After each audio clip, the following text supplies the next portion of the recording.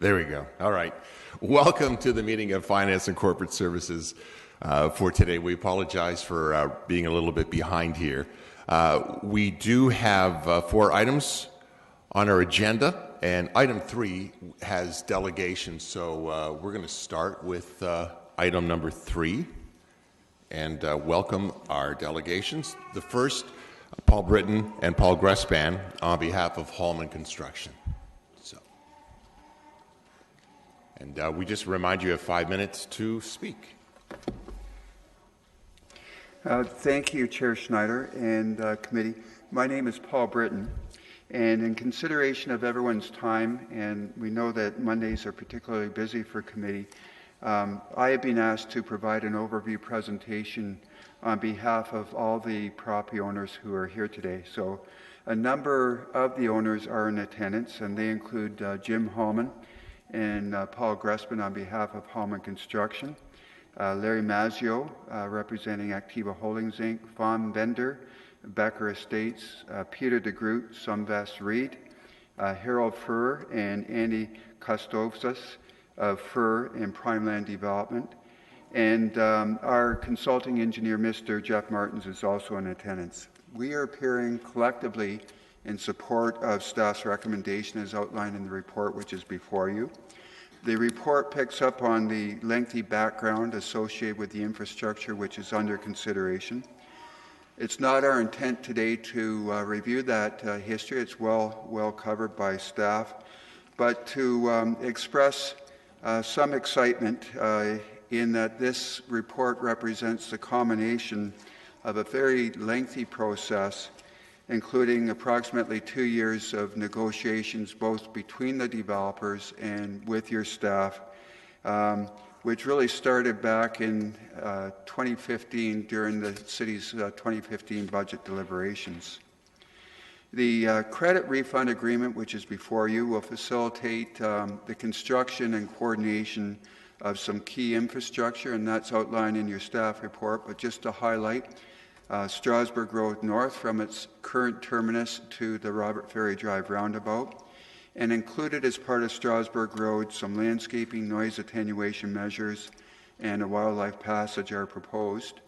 The Strasbourg trunk sanitary sewer within Strasbourg Road, and the South Strasbourg Creek trunk sanitary sewer, and then coordinated with the city infrastructure is the Strasbourg Road regional water main, which is not part and parcel of these arrangements, but is infrastructure to be coordinated with the construction of the city infrastructure and funded separately by the region.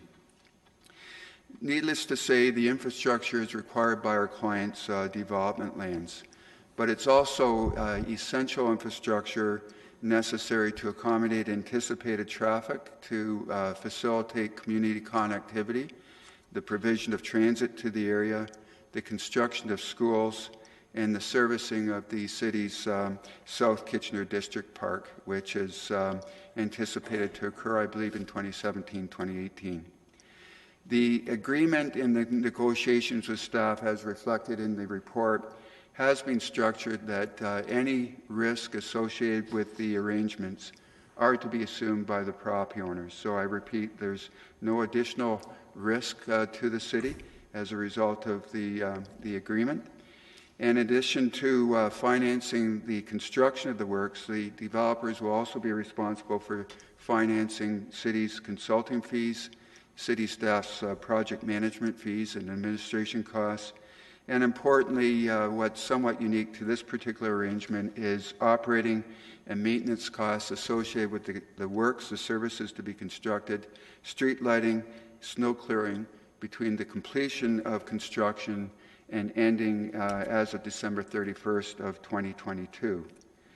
The construction of all infrastructure at this time is anticipated to achieve construction and cost efficiencies, and the credit refund agreement will ensure that the provision of infrastructure which benefits both the public and private sector will be delivered in a timely manner. So in closing, we would ask that you support the staff report, and I would be remiss in not acknowledging the efforts of the city's project team, and in particular the efforts of Mr. Gross, Ms. Cooper, Mr. Spear, Mr. Tansley, and Mr. Hagee. So with that, I'm less than 5 minutes and would be pleased to answer any questions. Okay, we'll have our second delegate, Mr. Furr, speak, and then we'll have open it up for questions for either of you. Okay, then. thanks so much. Okay.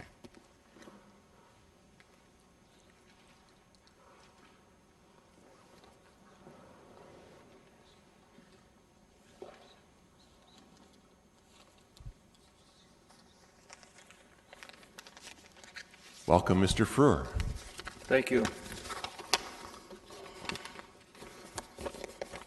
I'm here on behalf of Prime Lands and Furr Developments. I will try not to repeat Paul's comments. I will be short. We are in agreement with all of Paul's requests. I will give you 3 reasons for our support of Paul's request. In 1981, the City of Kitchener designated Strasburg Road as a required arterial road. In 1983, City Council approved Strasburg Road extension and alignment as contained in your staff report. At this time, the land was offered to us by its present owners. After much research and many discussions and meetings with the then City Commissioner of Planning, Bill Thompson, we purchased the property in 1988, anticipating the development of Strasburg Road and Strasburg Sewer. That was 29 years ago.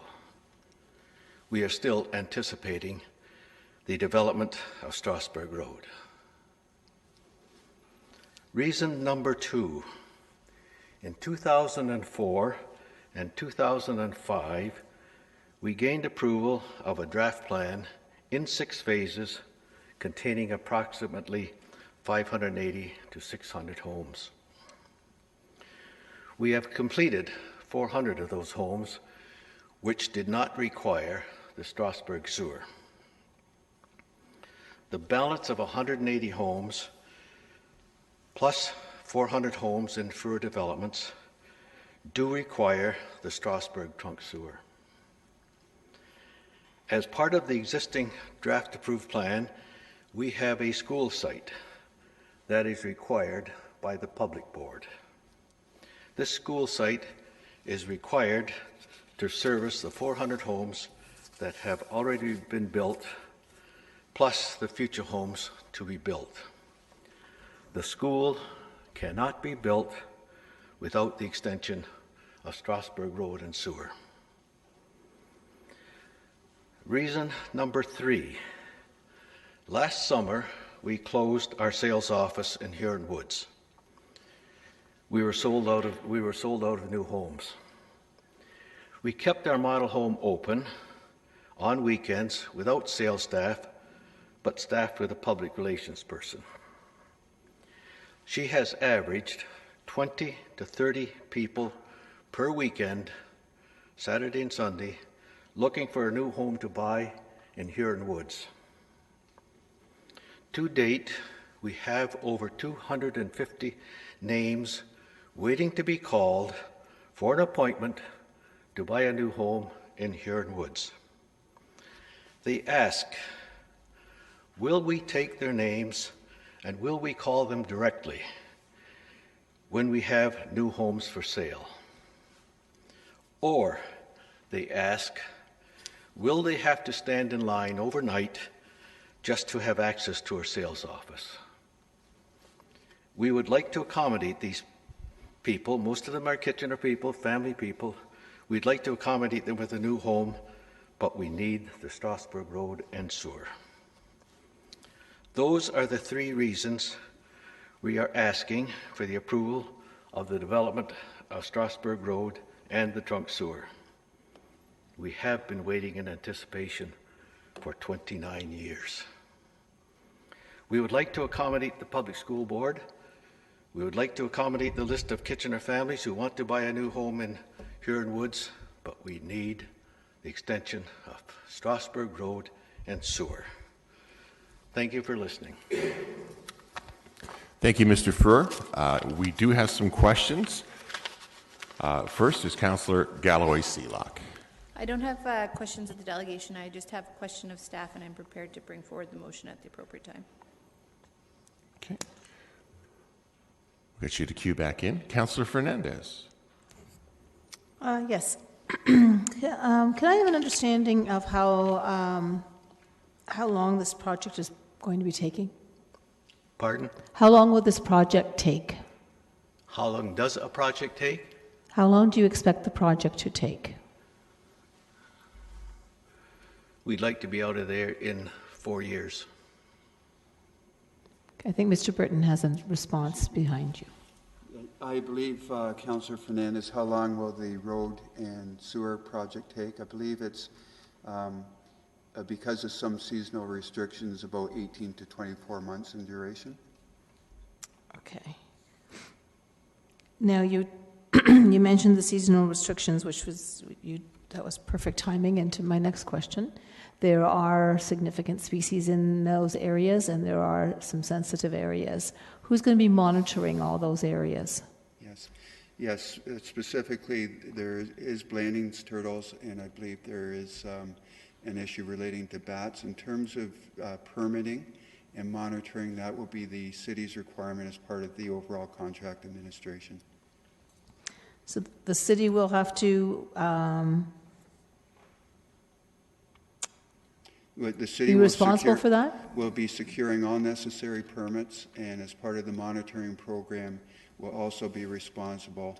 And I think, and Mr. Gross can correct me if I'm wrong, will likely be subbing that work out to its consultants. And you'll note in the staff report that the overall cost estimate to be underwritten by the developers includes that monitoring. I'm sorry, I didn't hear the last part. The overall cost estimate to be underwritten by the developers includes the cost of required monitoring. Okay, so you'll be paying our staff for the monitoring that has to be done during the entire project time. How long after the project is completed will the monitoring continue, and will you be paying for it? My understanding is the monitoring period will occur over a course of 5 years. Okay, thank you. How far, is my understanding correct that you're only going to be doing the northern portion, according to the map I have in my report, the northern portion of the Strasbourg Road extension? That's correct, and terminating at the Robert Ferry Drive roundabout.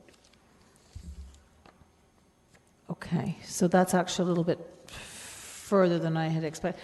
The reason I'm puzzled is because I only have a dark line. This is better. Thank you for whoever put that up. So it'll be terminating at where the blue line. That's correct. Okay.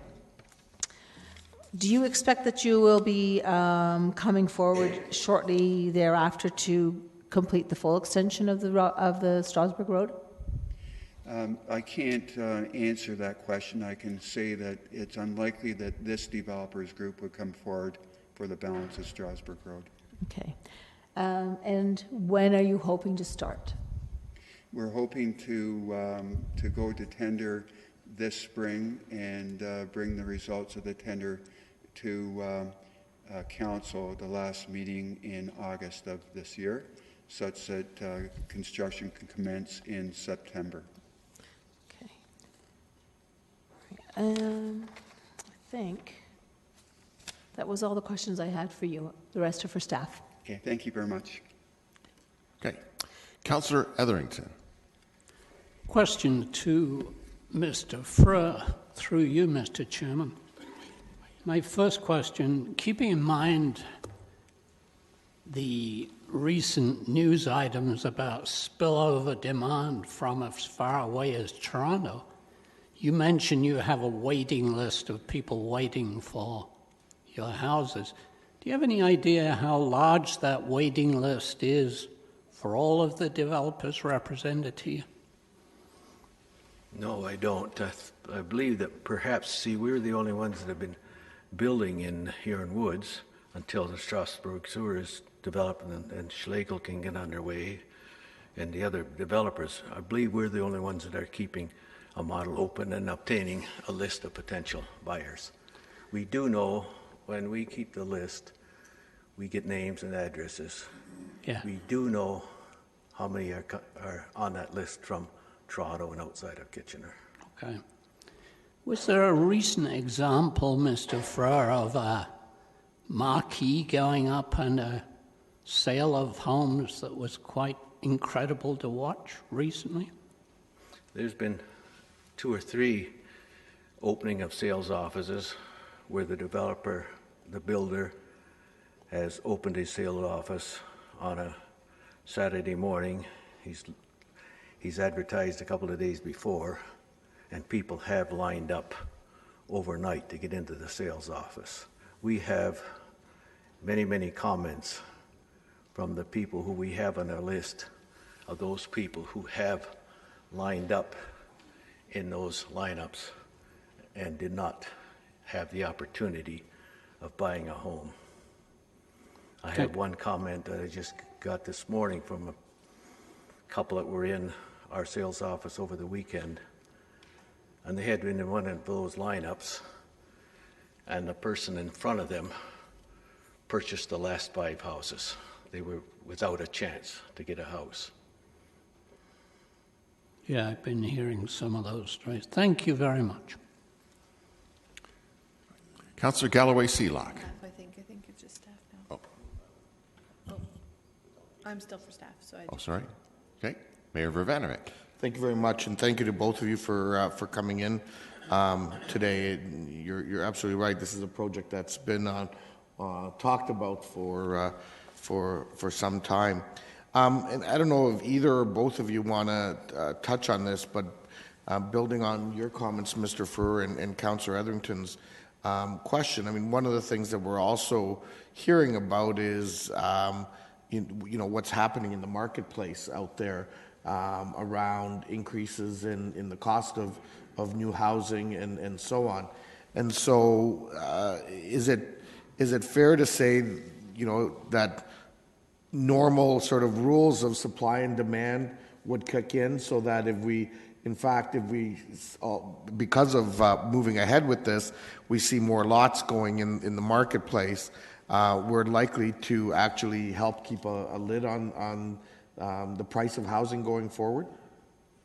It is a question of supply and demand. Most of the people that we have on our list are families looking for their own little patch of green grass. They're not content with asphalt and concrete. Okay, thank you. And perhaps more directly to Mayor Vervanovic, your question is right now there's a general lack of supply. There's a general lack of competition, and this is one of those unique circumstances where friendly competitors have come together to provide infrastructure necessary so that they can all equally compete in the marketplace. And I think with the additional units that are brought through here, I think it will help to level off the supply end to assist in matching the demand side. Okay, thank you. Okay, so no more questions of our delegation, so we move to questions of staff. And Councillor Galloway-Sealock. Yeah, the one big question that I have is, and it was alluded to already, but the cost efficiencies or the cost savings by doing the road work at the same time as the sewer work. Do we have a quantifiable number that you can put on that?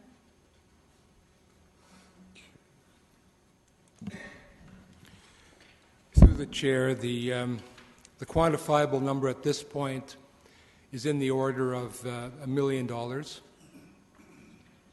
Okay. I had another question, it just slipped my mind.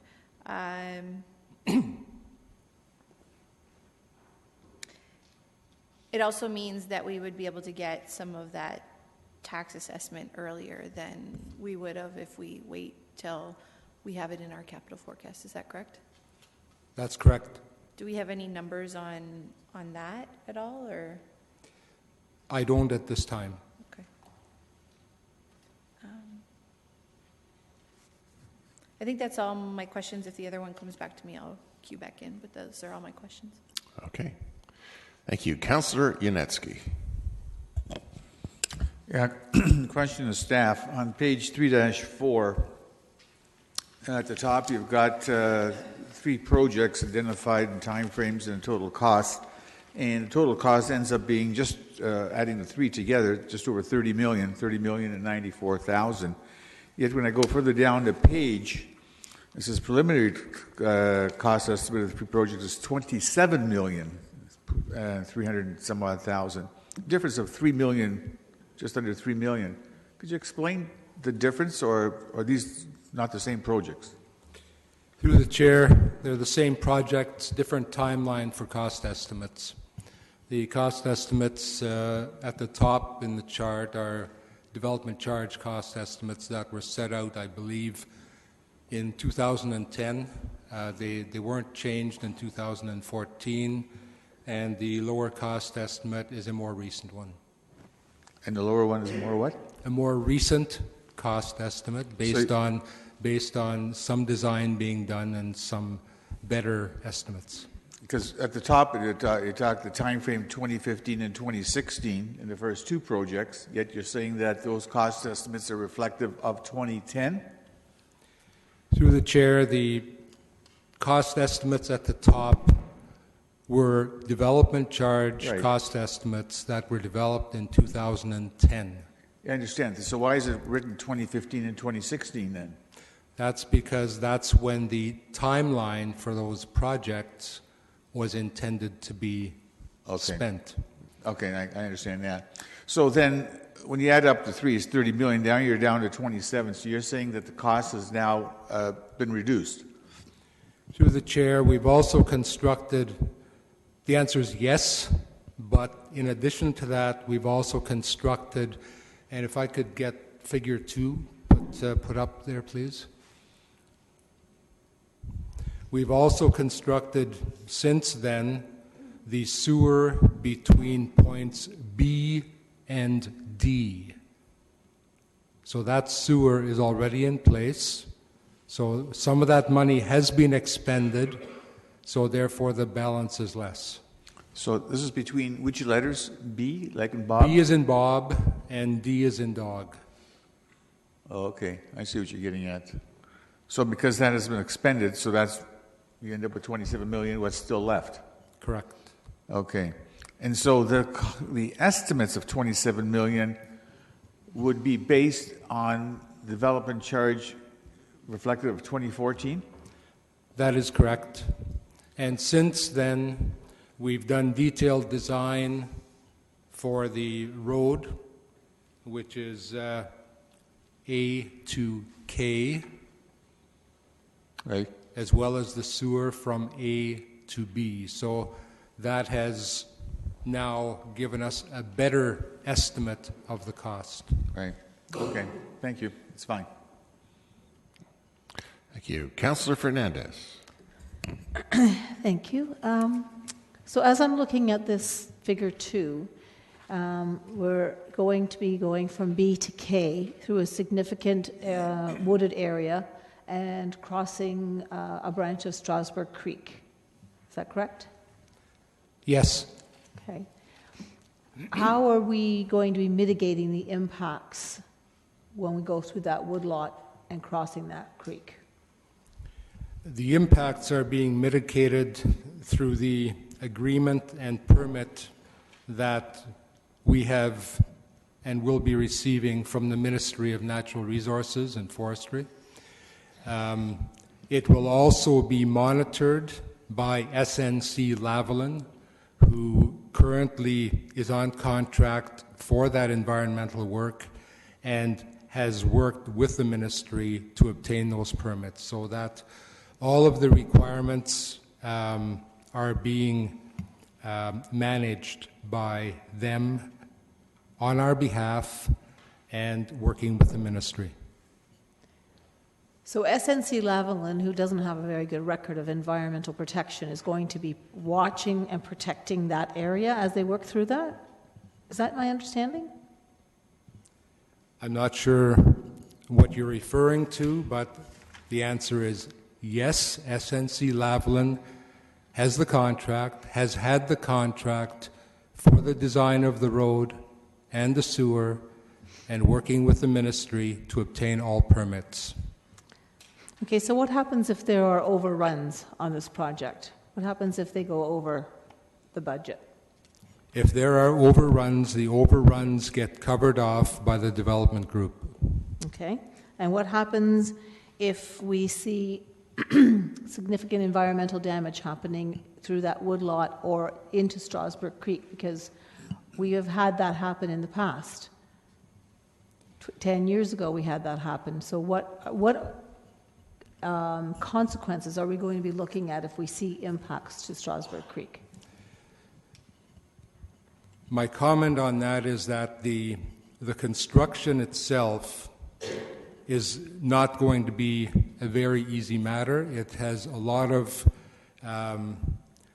protection that is going to need to be put in place in order to prevent damage to the creek, to the woodland, to the animals that are there. So that is the monitoring that SNC Lavalin is going to be doing, and in conjunction with that, there will be the measures that the contractor, through the contract, will have to install in order to prevent that from happening.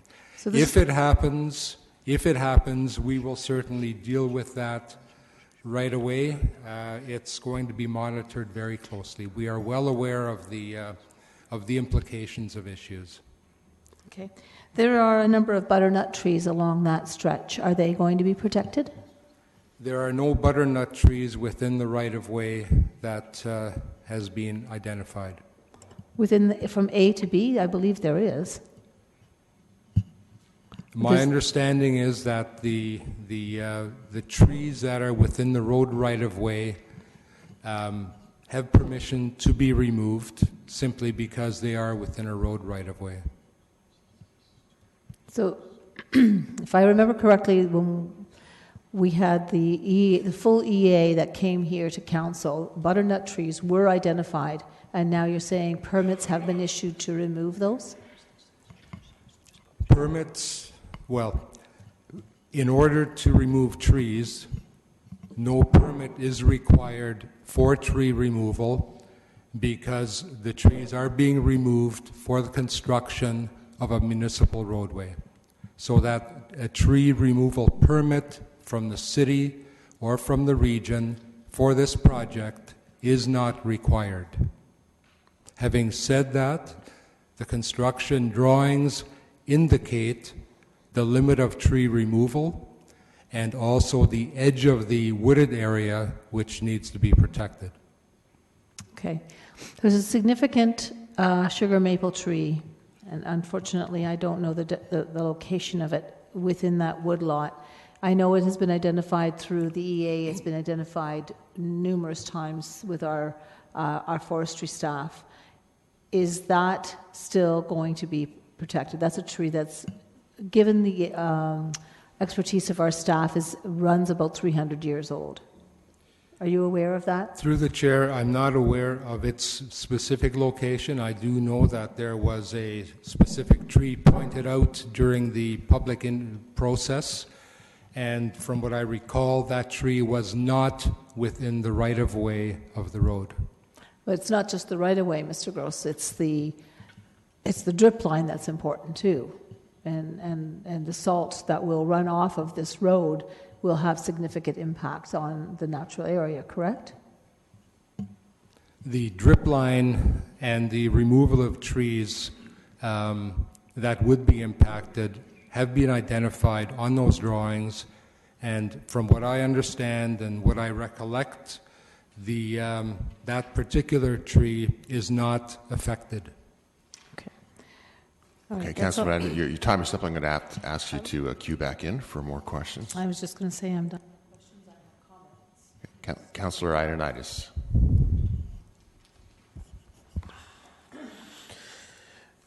Thank you, Chair Schneider. My question is regarding towards the overall cost estimate. And I know I've mentioned this in previous meetings. We have, just to double check, that we did factor in the depreciation of our assets, correct?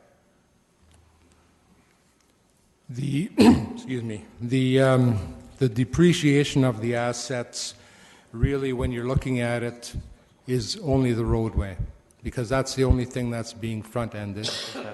And depreciation of the roadway for a period of 4 years is very minimal. Okay. Whenever comments, I'll be prepared to make some. Okay. Councillor Davey. Thank you, Chair Schneider. Questions, just looking at the financial implications on page 3-6. I noticed we haven't done too many of these credit refund agreements before, but a lot of this looks new. Have we ever in the past had the developers bear the cost of the snow removal or the street lighting or anything of that nature? Through the chair, the answer is yes. We have done this before? Yes. Okay. Is this a common practice? It has been now for, I believe, a 2-year period. Okay. Oh, so it's relatively new. Okay. And actually, I was going to ask the question about depreciation as well, but I guess the counter argument to that could be the city would be collecting property taxes earlier on that we would have otherwise, and some of those property taxes should go to offset the depreciation of the assets. Through the chair, as I indicated, the only thing that is really being front-ended is the roadway. And over a 4-year period, the depreciation of a roadway is fairly minimal. Okay, thank you kindly. I won't comment. I'll just say, Mr. Chair, I'll be happy to support this. Okay. Councillor Galloway-Sealock. Yeah, I remembered my other question. It was with regards to what the difference of cost would be to construct it now versus 4 years from now with regards to inflation. Did we calculate that number at all? I guess I would assume inflation at somewhere between 2 and 3%. I'm talking construction inflation. Right. And I'm not sure where oil prices are going to go. So over a 4-year period, you could add an extra $1 million. Okay. Okay, that's all my questions. Okay. And Councillor Fernandez. Comments. Ready to comments? Are there any further questions before we get into comments? Okay. Comments. Okay. Councillor Ioannidis. Thank you, Chair Schneider. I'm glad to see that this is here. I know we've been dealing with this for quite some time, and it's really resonates with me because the demand that's in the community right now for this product in general is never been greater, and it's been in the news and it's been all over that we're having a lot of demand from within Toronto and outlying communities. So I mean, to see this delayed any further, to see any of this has already cost the city close to probably over $1 million already with delays since 1982 or whatever the time frame. I don't want to see any more dollars wasted on this. Let's get this project moved forward. It's obviously we have the school boards that are in demand for their new school boards, and even the individuals that are living in that community already. There are some services that they need as well. So I think we need to move forward, and I'm glad to see that this is here and that you guys have all cooperated into seeing this fruitation, and as long as their staff doing a fabulous job. Thank you. Councillor Yanetsky. Thank you. I've been involved back many years ago in the development of these lands as a staff person dealing with the community plans, the subdivisions, and with some of the people in the gallery there, consultants and developers. And I'm quite familiar with what's the objective in terms of bringing forward development in that area. Exactly, you can't, you can do a lot of planning, but if you don't put the sewers at the ground, nothing moves forward. And this is where we are today in terms of having the development industry come forward and want to take the lead and do the development charge process and front-end finance it and go that particular route.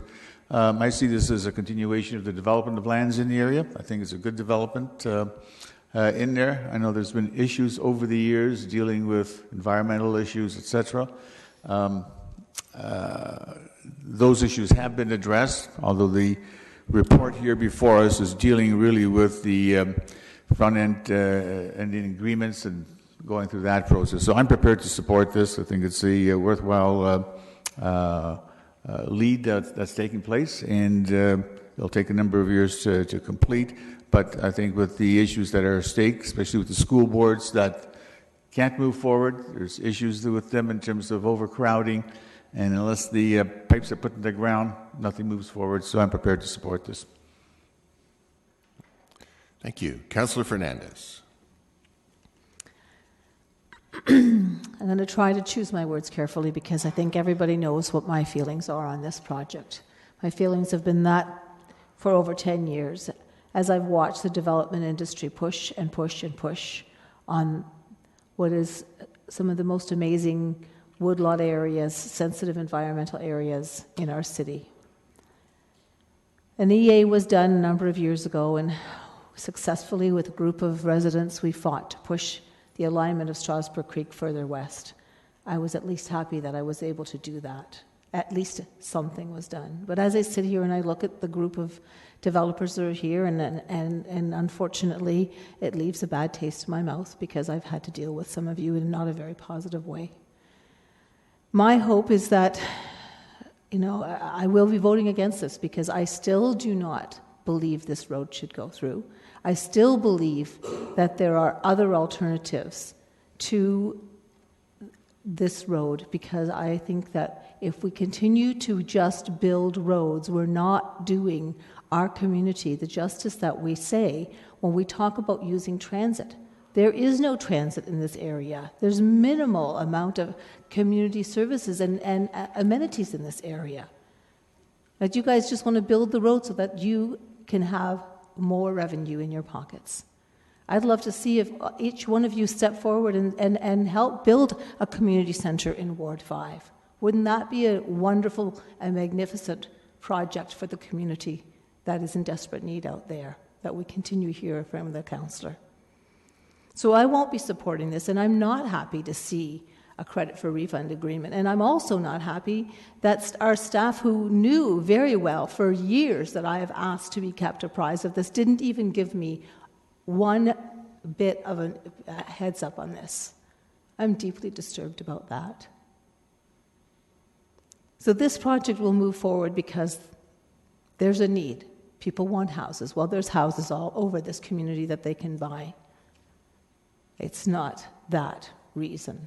There's other reasons. I'm very sad to see this come forward today. I wish it could have come in the time that it was already planned in our capital budget, and you guys can tell me that you're going to do all the mitigation you can, but it's a development-led industry project. And if anything happens in that area, it's going to probably be because some residents or myself will find it out. Just like it would happened along Strasburg Creek over 10 years ago. It was myself that found the silt and sediment release that destroyed that creek. I wish you much luck. Point of clarification, Councillor Galloway-Seelock. I just want to be clear that this is going to be a city project run by the City of Kitchener that is funded, upfront funded by the developers. It's not a developer-led process. It is a city project. Is that correct?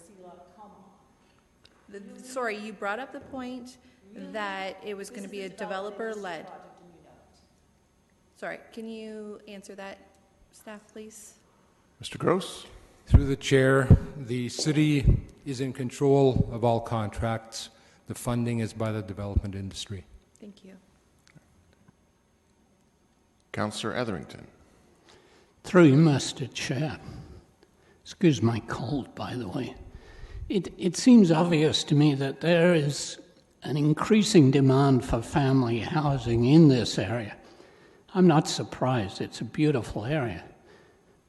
And while I would be among the first to protect the type of trees and environment that have been mentioned, we need these homes. I support the recommendation. I will support the recommendation. And I have faith in staff to protect that environment. I'll certainly be watching closely to make sure that happens.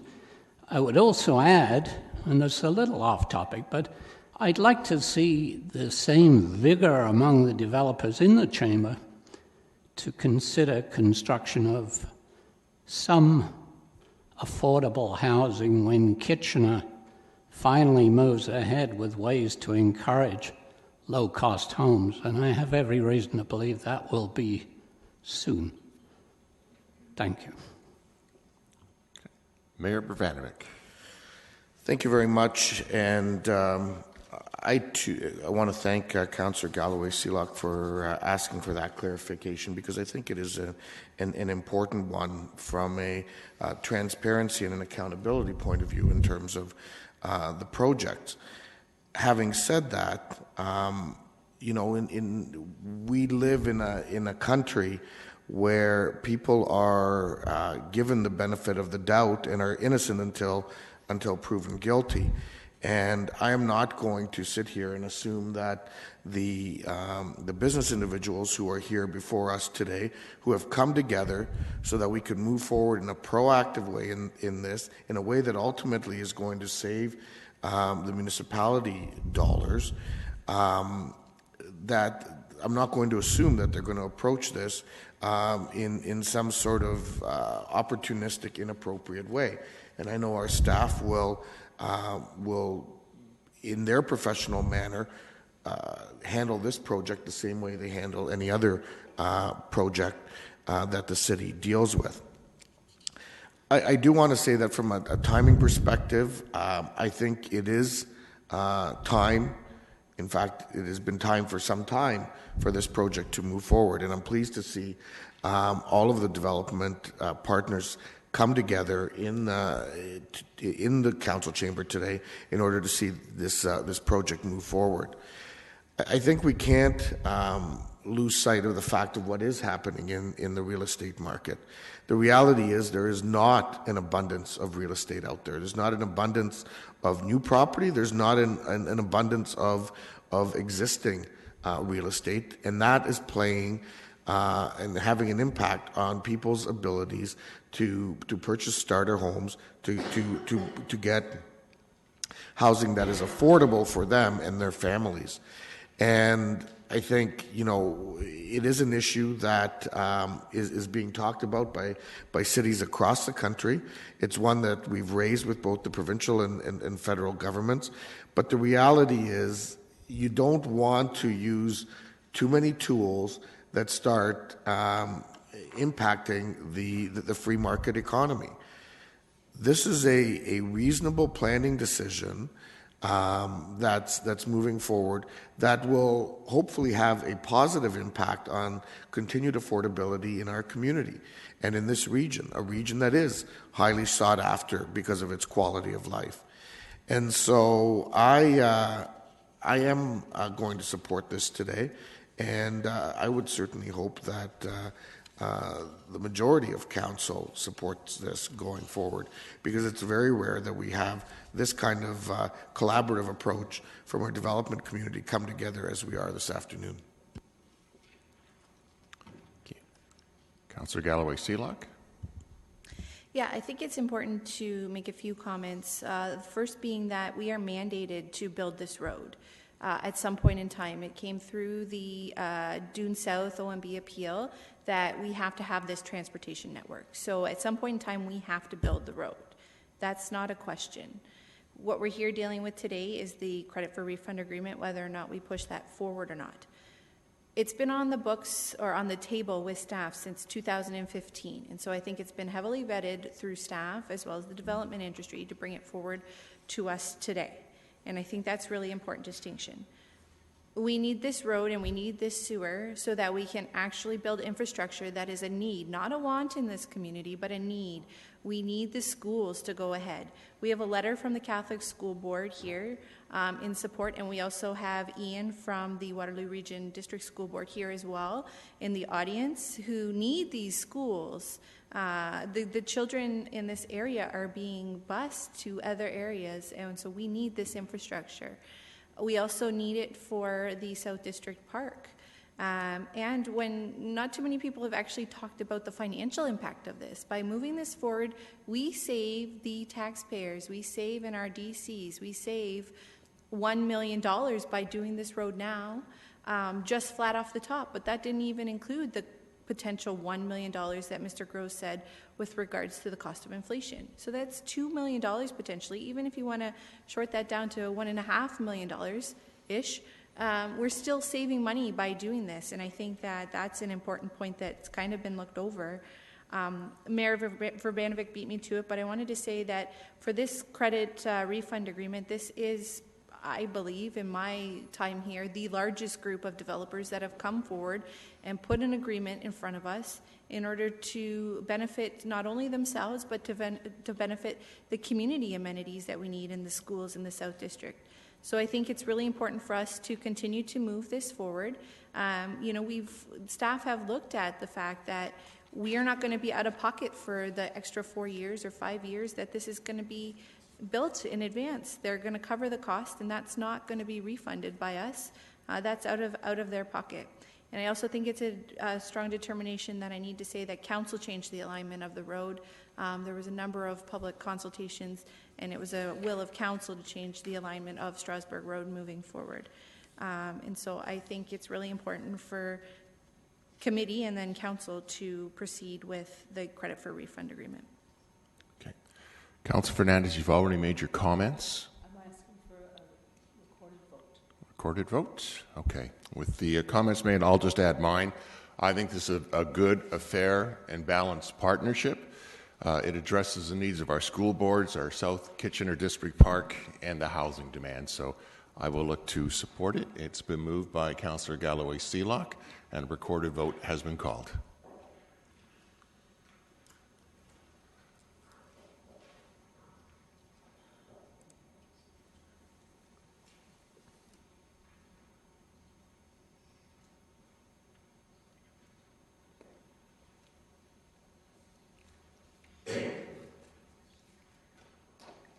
All those in favor?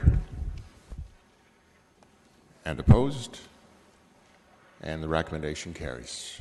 Thank you. I want to thank our delegations for coming in today.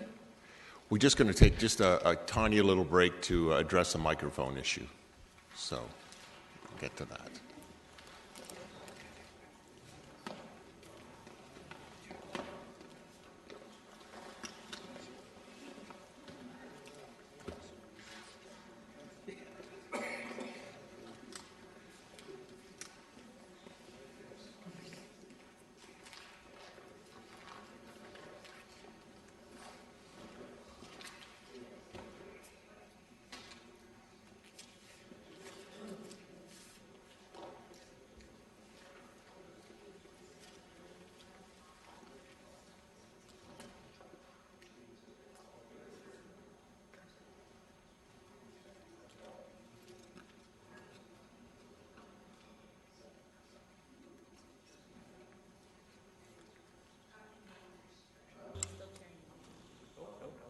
Are we on a breakthrough? What's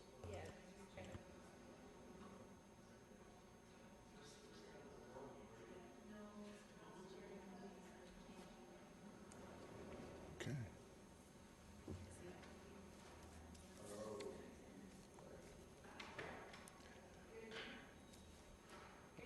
All right, we're good. Okay, we're back. So moving to item number 1, which is ranked ballots for the 2018 election. There's no presentation, but Ms. Tarling from our Clerk's Department is here to answer any questions regarding this report. And Councillor Singh. Yes, just want to be able to move the motion No, actually, I think Councillor Davey, he was really anxiously trying to press the button. So just on his behalf, I'm saying move the motion if he doesn't. So otherwise, I'll move it. But once he gets back, I'll give him the opportunity to recommend if he wants to move it himself. But I do have questions of staff. Okay. I'm sorry. Chalk it up on my fever today. I thought I was on digital strategy, not on the the election. So my apologies. Cancel all that. Okay. All right. Councillor Iden on ranked ballots, right? Okay. All right. Well, I'll click in for that one item as well. No, just kidding. But anyways, I'm prepared to move the recommendation. I mean, I think the report lays it out pretty well. My only one question would be like to Ms. Tarling is, last election, when we did the realignment or we did some changing of some of the polling stations, we had quite a bit of confusion, did we not? Through you, Mr. Chair, there were some confusion with respect to some of the more traditional voting locations that we were not able to use. So yes, there was some confusion. Okay. Yeah, because I'm just going to make my comment really quickly. I think we should move towards the recommendation. I think even with the little small details with changes that we did last time with the polling stations, it did create a lot of confusion, and I think something like this is, without having the complete buy-in with all the community, it's just going to create just a mess that I personally don't even want to be involved with. Okay. Thank you. Councillor Gazzola. I'm just curious how this got here. There's so much that it's opposed to it, and when you look at what the results for the last election, it was so contrary to this. Why? And it seems to me you've spent an awful lot of time having to prepare this, and there's very, very little positive that can be said about it. I'm just curious as to why it's sort of on the top of the burner. Through you, Mr. Chair, it's the province's requirement under the amendment to the Elections Act to bring the option to council for approval of whether to have ranked ballots or not. So this is a requirement of the province. Okay, so we had to make a decision one way or another. Yes, you do. All right, thank you. I had a lot of other questions, but they're irrelevant. Councillor Etherington.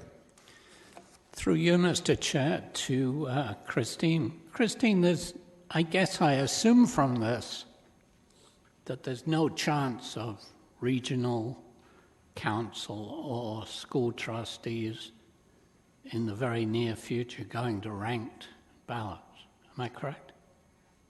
Through you, Mr. Chair, yes. At this point, there's nothing in the legislation to include school boards, and because there's at least one municipality, but actually there are several within the region that won't be doing it for the 2018 election, then there will not be a regional council voted via ranked ballots. Thank you. And through you, Mr. Chair, the rest of mine is comments, so I'll hold off on the comment. I can't resist one question, though.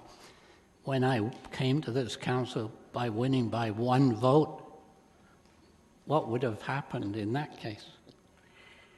Through you, Mr. Chair, I would hate to speculate, but I would say that at the very least, I would expect there to be further complication with respect to actually doing a recount, although I couldn't say that for certain, but I think we can all assume that there would be a little bit more complexity around doing a recount. In way of overvotes and stuff like that? Yes, through you, Mr. Chair, possibly yes. Thank you. Thank you. Councillor Yanetsky. Yeah, that was a very thorough report and very interesting. A couple of questions here. Page 119, municipalities using ranked ballot voting. You talked about two, which was the Cambridge and the Minneapolis, yet there's about a dozen or so that are listed.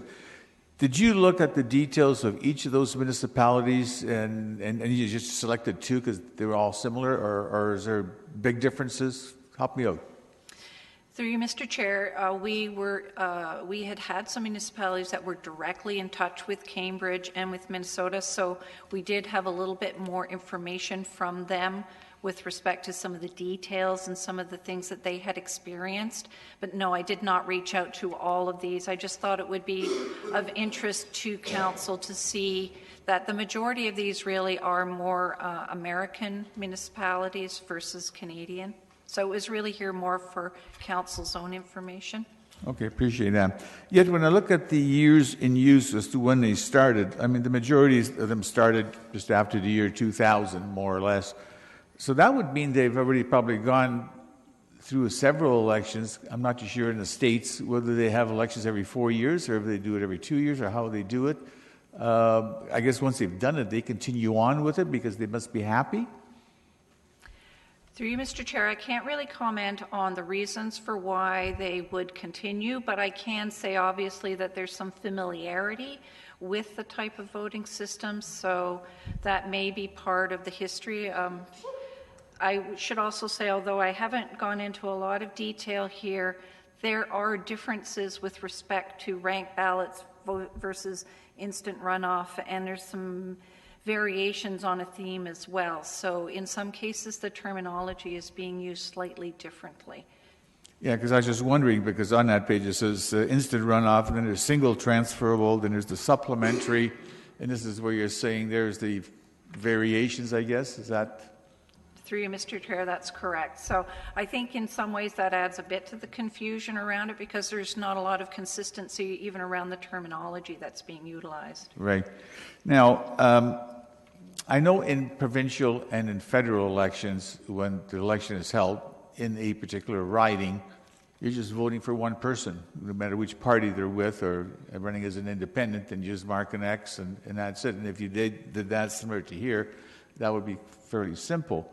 Where I think in the municipal election, when you walk in, I mean, you're voting for a mayor, you're voting for a councillor, you're voting for a regional chair, 4 regional councillors, school boards. I mean, and then you've got all the candidates running. I mean, you've got about 80 names to choose from. That's a lot of research. So for staff, to when you're running the election, because I've worked in provincial elections, so I'm familiar with behind the scenes there. Once you try to do a runoff and then take the second because you don't have a majority as a winner, I can't see how the staff who are running in the individual wards or individual polling areas will be able to do that, because that would be extremely challenging. And I think you'd probably lose a lot of people, may not even have enough people to run an election. Would you see that as a problem? Through you, Mr. Chair, certainly the technology, we've been told by one of the vendors, can handle it. The difficulty, though, of course, is the fact that it's never really been tested here in Canada and not here at the municipal level. So, in terms of the logic and accuracy testing that would need to be involved with ensuring that it all comes out correctly, all add to the complexity to this particular type of voting system.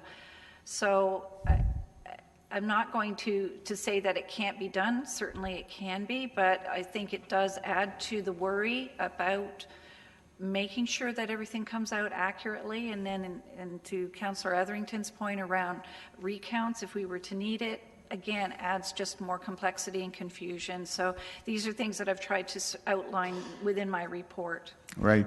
So final question then. We're talking that we should not proceed forward for the 2018 municipal election. What about the election after that, 2022? Would this be brought back for further reconsideration?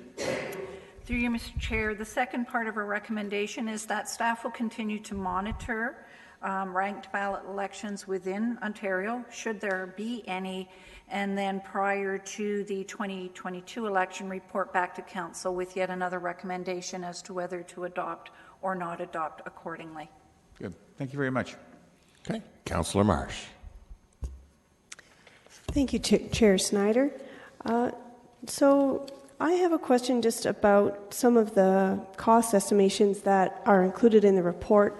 For example, the one on page 18, you have outlined some of the number of hours that would be required for things like public consultation, and then you have some numbers. Are those numbers based on staff time, or are those numbers in addition to staff time? Through you, Mr. Chair, those based on staff times, but that would be over and above what staff would normally be doing. So this would be dedicated for this particular component only.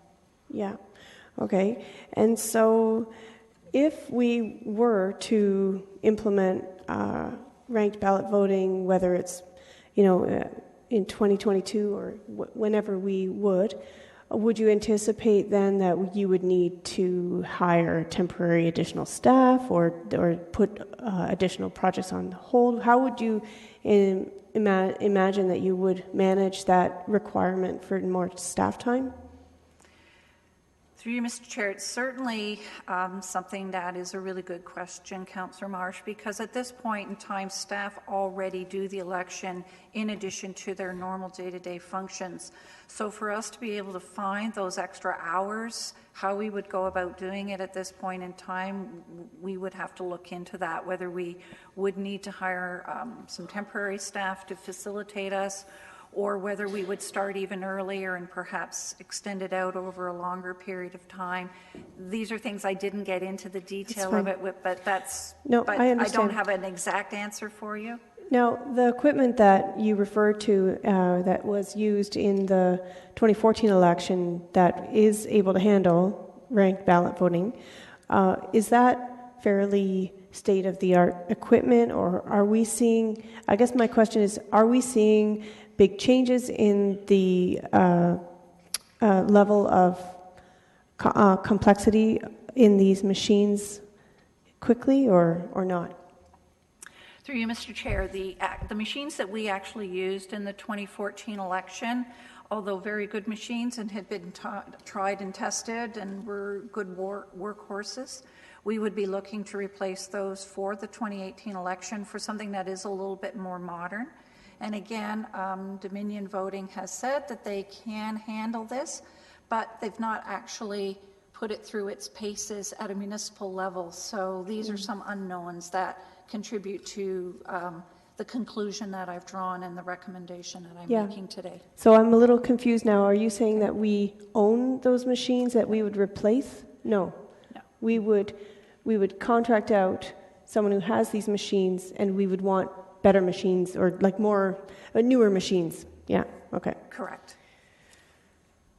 Frankly, I mean, I agree that even though I agree that it seems like we might not need this because of the results of the last election. We would have only been relevant for one race where there were 6 people vying for one post.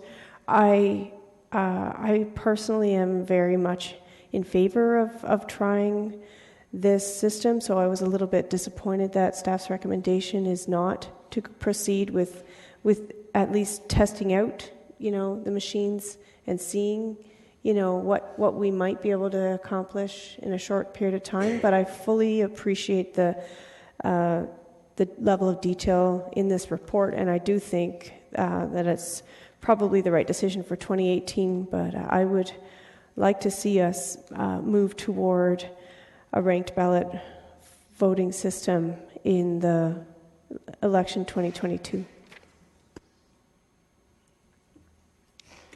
Councillor Gazzola.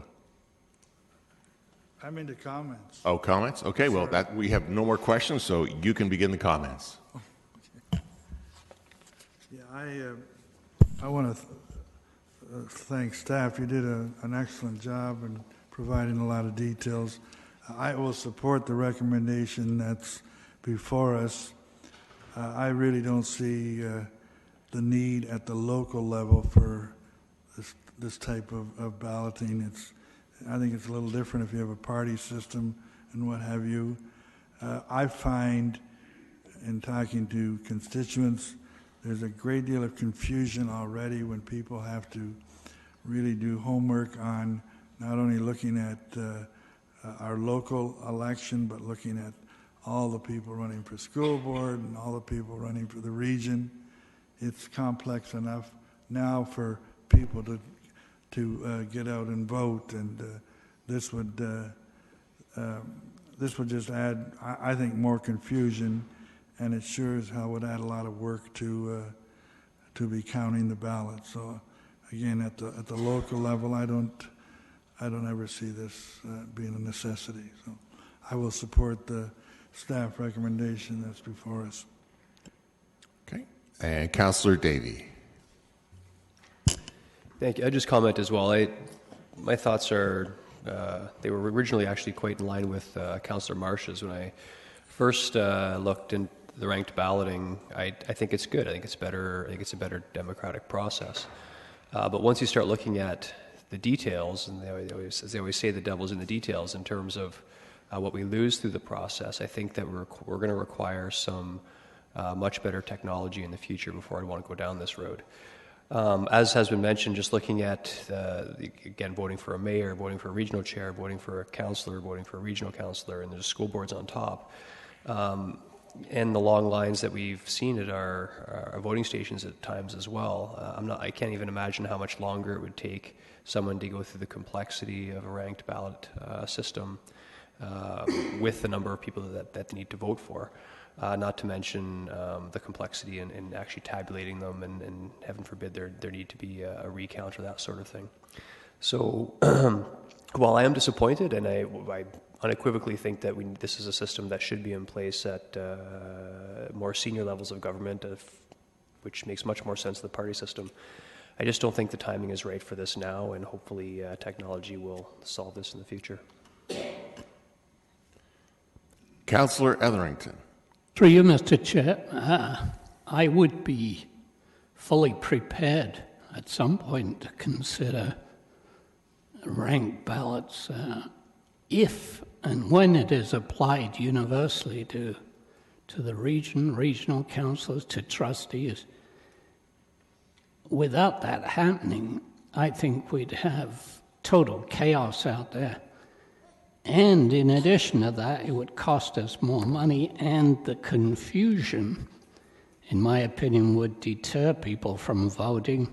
And we've already got atrocious municipal voter turnouts. So I agree with the staff at this point that I will support that recommendation. Councillor Yanetsky. I will be supporting this as well. I know when you go to the elections and you've got, at a municipal level, so many people to choose from, a lot of people just, maybe vote for the councillor, mayor, and regional chair, and then don't vote anymore because they haven't done enough research, they don't know enough, and they don't really fill out every name that's required for each particular section. So they would struggle, and then you ask them to fill in for a second and a third position or a person, if they as a preferred choice, they were struggling just to fill out the first one for some of them. And if they see this, and even though notwithstanding staff's probably excellent presentation in trying to educate the public in the future, they'll probably just be more discouraged, and I see the voting turnout becoming less from the 25 to 30%, maybe dropping another 5%. It's just, I think it's a step backwards in terms of trying to encourage people and get them to vote. This will be, unfortunately, just a more of a drawback and a deterrent.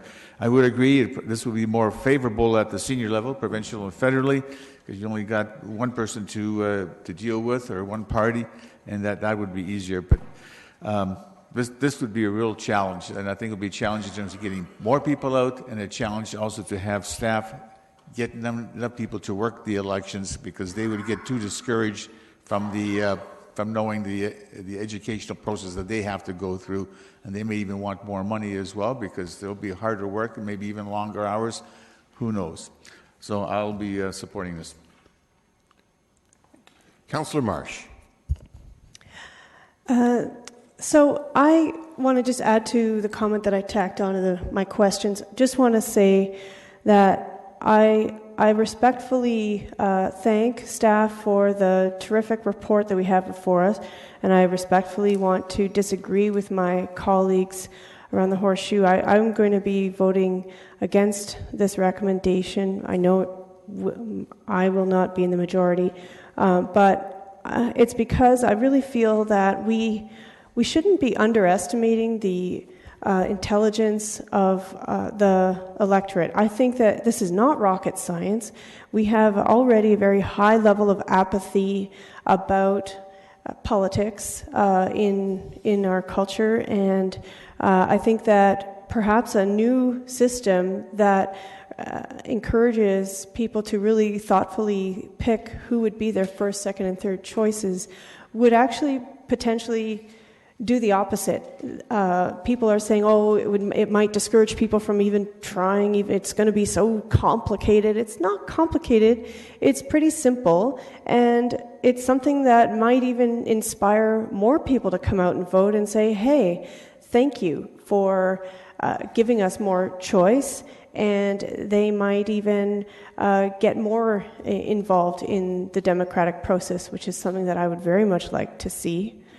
I agree that we don't necessarily have the ideal equipment at this time, but if in 2014 we had equipment that was capable of doing ranked ballot voting, and if in 2018 we're going to, upgrade, then I really would think that this would be possible. So, notwithstanding my respect for staff's, report, I can see their points. I just disagree.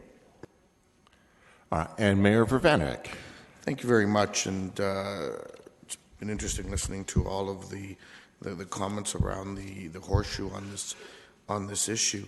I think an important thing to keep in mind here that we can't lose sight of the fact is that in Waterloo Region, for it to be able to be implemented, it would require the agreement of all of the various municipalities. And we already know that isn't going to happen. And that, for me, is a compelling argument with respect to the direction we go in 2018. In fact, I've always been of the belief that this is something that I would like to see implemented, but it's something I would like to see implemented across the province. I do think that it's challenging enough to get voter turnout to be at an acceptable level across Ontario, including in our own municipality.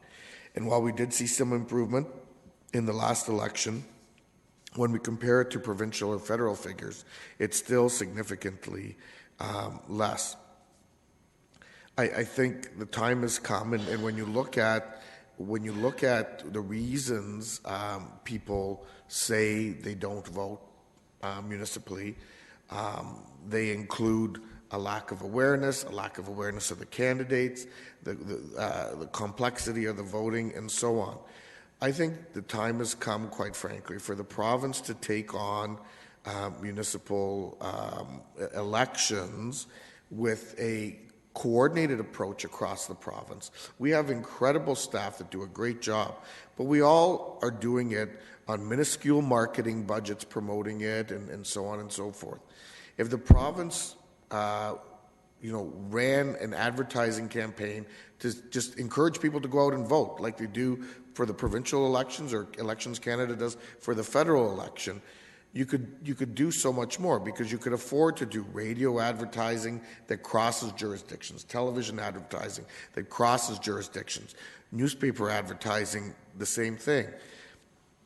I think that's the first step that the province needs to do. The second step, quite frankly, is to put in a common approach across the province that, yes, should look at this system as the way to go. But in the meantime, to go and approach it and try to approach it in an area like ours, particularly when we know some of the municipalities have already said no, would create some difficulties and some problems. And so as a result of that, I'm going to support staff's recommendation that's before us today. Thank you. Councillor Fernandez. Just asking for a recorded vote. Okay. All right. And it's been moved by Councillor Ioannidis. A recorded vote has been called.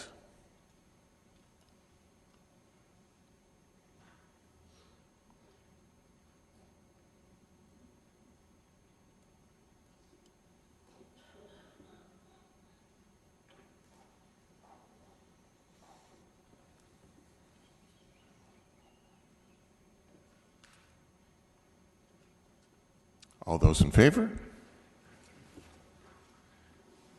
And opposed? And the recommendation carries. Move on to item number 2, which is Kitchener-Waterloo, Federation of Canadian Municipalities, the board meeting request for 2019, the proposal. There's no presentation on this, but Paul Grivichuk can answer any questions we have. And Councillor Marsh. I'll move the recommendation. Okay. Councillor Fernandez. Just a couple of questions related to the cost of hosting the board meeting. We're talking about 150 to 200 delegates, and I'm sure I saw a cost. There it is in financial implications. We're saying it's a $20,000 would be our share. Where would that come from?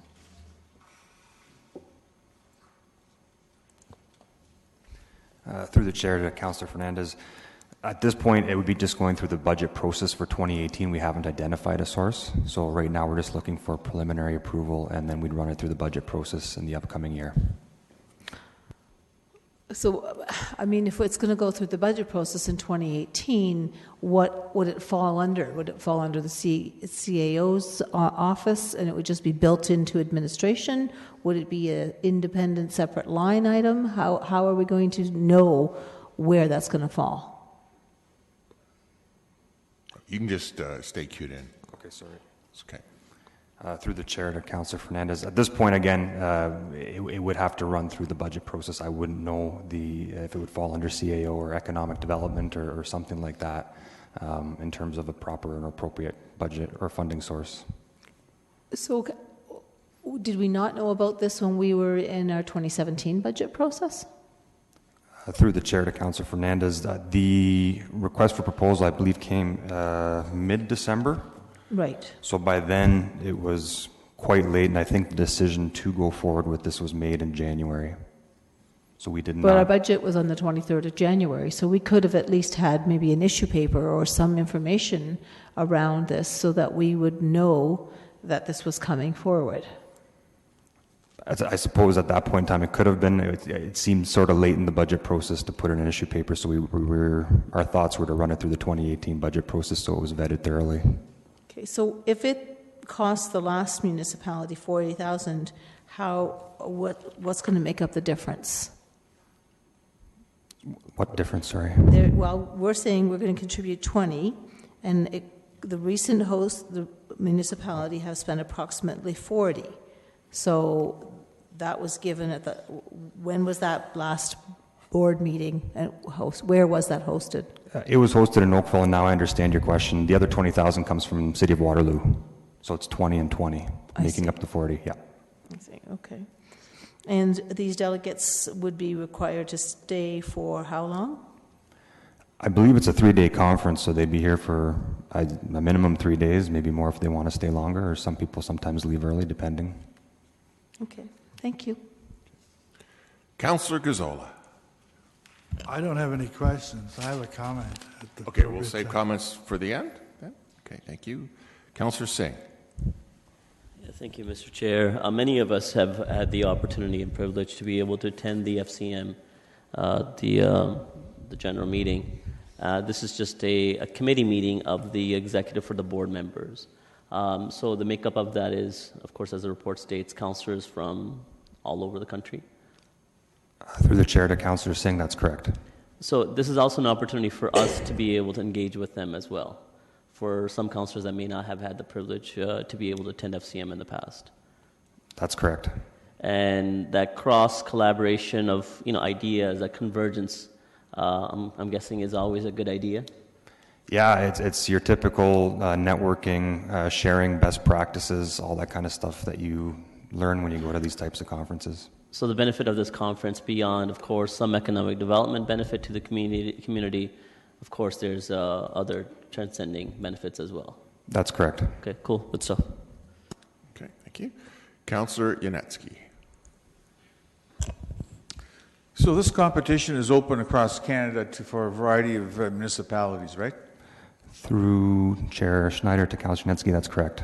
Okay, so based on past experiences of this process, how many municipalities bid for this? I mean, there's usually one winner, and how many don't get chosen? So, like, how many apply to try to get it? Yeah, that I don't know off the top, but I can certainly look into it. I'm not sure if there's tons of municipalities that apply or if it's just a few. Does the mayor know? Sorry. Well, what I can tell you is it does vary from application to application, but typically we'll see anywhere between 2 and 6 usually who apply for it. The meetings tend to move around to different parts of the country, and so they always look to make sure that we're not continually being in Ontario, as an example. And so, where we fall in that cycle would impact our chances of getting it as well. Okay, so we should know, based on this report, by middle of March as to whether we've are successful or not, assuming we vote here to go forward on this. That's correct. Okay. All right. That's all the questions I have. Okay. Mayor Ravanovic. Thank you very much. Mr. Grivasic, just in terms of the financial implications that are in the report, you indicated that it's 40,000, 20 Kitchener, 20 Waterloo, but that's the outside amount. There is an opportunity for the municipalities to seek sponsorships in addition to that? I can check into that portion of it, but I believe there is. But I think we set the 20,000 as the upper limit that we feel is the budget for this type of event. Okay, I'll help you along with it. The answer is yes, we can seek sponsorships as part of it. In fact, the last time we hosted this for council's benefit in 2012, we did actually obtain some sponsorships. I can't remember what the amount was. Okay, and no further questions, so we move into comments, and Councillor Gazzola. Yeah, I didn't ask any questions because I didn't want to waste my time and your time, but I do have a few comments. I think the idea of moving around to hold board meetings probably isn't a bad idea. I know we tried to do that here on council a few years ago. We tried to have different locations for our council meetings. The logistics become a bit of a nightmare, and the costs really add up. Having said that, regardless of that, I'm not prepared to see $40,000 go out of our community to have these meetings. I mean, this organization is a good organization. They have 2,000 members across the country. If they want to meet and do these things, they should have that in their fees and collect from everybody so that they can meet in different locations if that is a necessary item. I don't see why we should have to be putting up this kind of dollars for that. I really find it disturbing to all of a sudden come up with 20,000 and 40 from the region.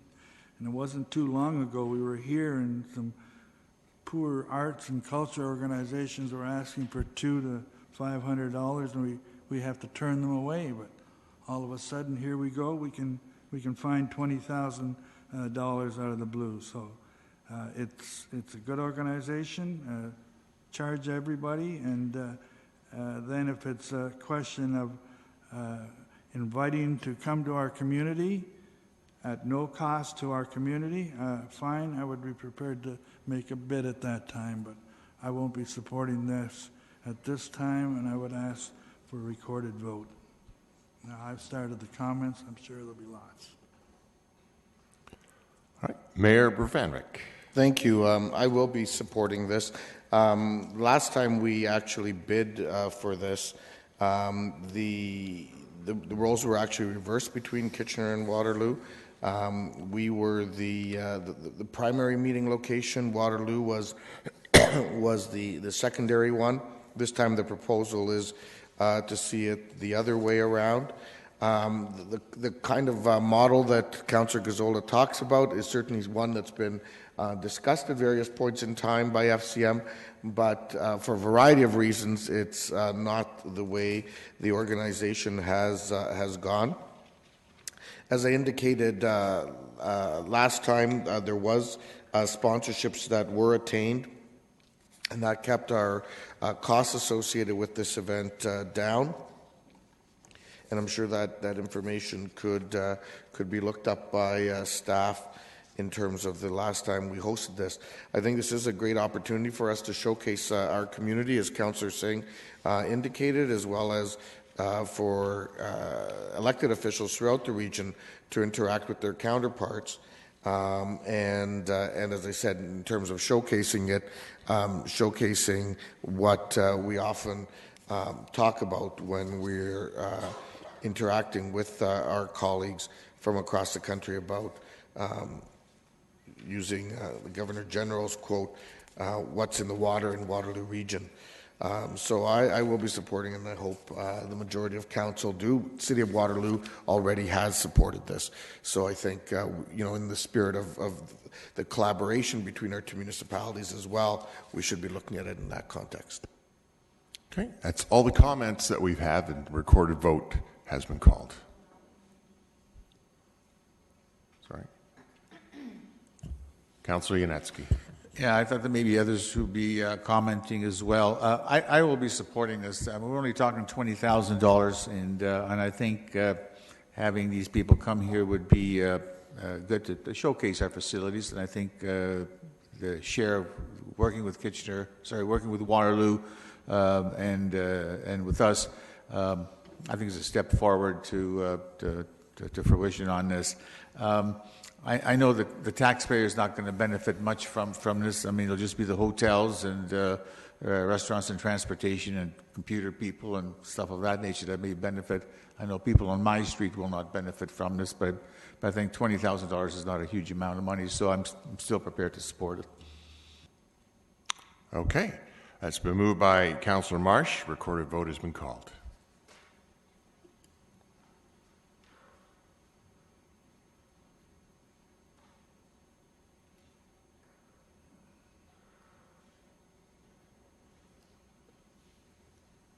All those in favor? And opposed? And it carries. Now move on to item number 4, the Digital Kitchener Civic Innovation Lab. And staff have a 10-minute presentation on this. Sorry.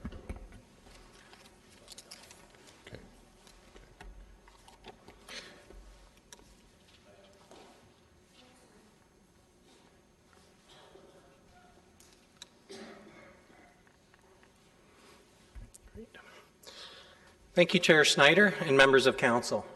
I'm very pleased to be here this afternoon to present our proposal for a Civic Innovation Lab at Communitech. This is a very exciting initiative that will energize Digital Kitchener and position the city to deliver on its many key actions. You will recall that Digital Kitchener identifies 4 foundational themes for a city that is more connected, innovative, on-demand, and inclusive. Digital Kitchener describes a common vision. Together with our partners, we will build a foundation that harnesses the power of digital technology to create a world-class smart city. During our presentation in January, where Digital Kitchener was introduced, we outlined to Council our Brave Action Plan for 2017.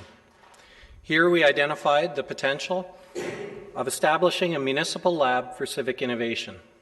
We are back today making good on that commitment in the form of a proposal to Council. This proposal is a direct link to Digital Kitchener's focus on innovation, and today I will outline to Council our proposal and how it would operate, its focus, and how it will benefit Kitchener. It's a well-known fact that companies from around North America come to Kitchener to establish innovation outposts at the tannery. Organizations such as Canadian Tire, Manulife, TD Bank, Deloitte, and Thomson Reuters have all benefited from establishing an innovation lab at Communitech. More recently, public sector organizations have also established enterprise labs at Communitech. We think the best way to become a leader in civic innovation is to use the same proven model to our advantage. In simple terms, our Civic Innovation Lab will be dedicated working space within the Communitech Hub. It'll be led by a lab director, also referred to as an activator, that will oversee the daily operation of the lab, lead projects, and liaise with city staff. The activator will be supported by a small team of co-op students and city staff seconded to the lab on a temporary basis based on the specific projects that are underway. Innovation projects will originate from within the city's operations. So how will a lab run? A roster of potential innovation projects will be developed by the city and maintained. The project roster will be prioritized based on criteria such as divisional readiness for the project, overall benefit to the organization, and urgency of the particular challenge it aims to solve. Projects will then be taken on by the lab in a solution development cycle period of about 3 months.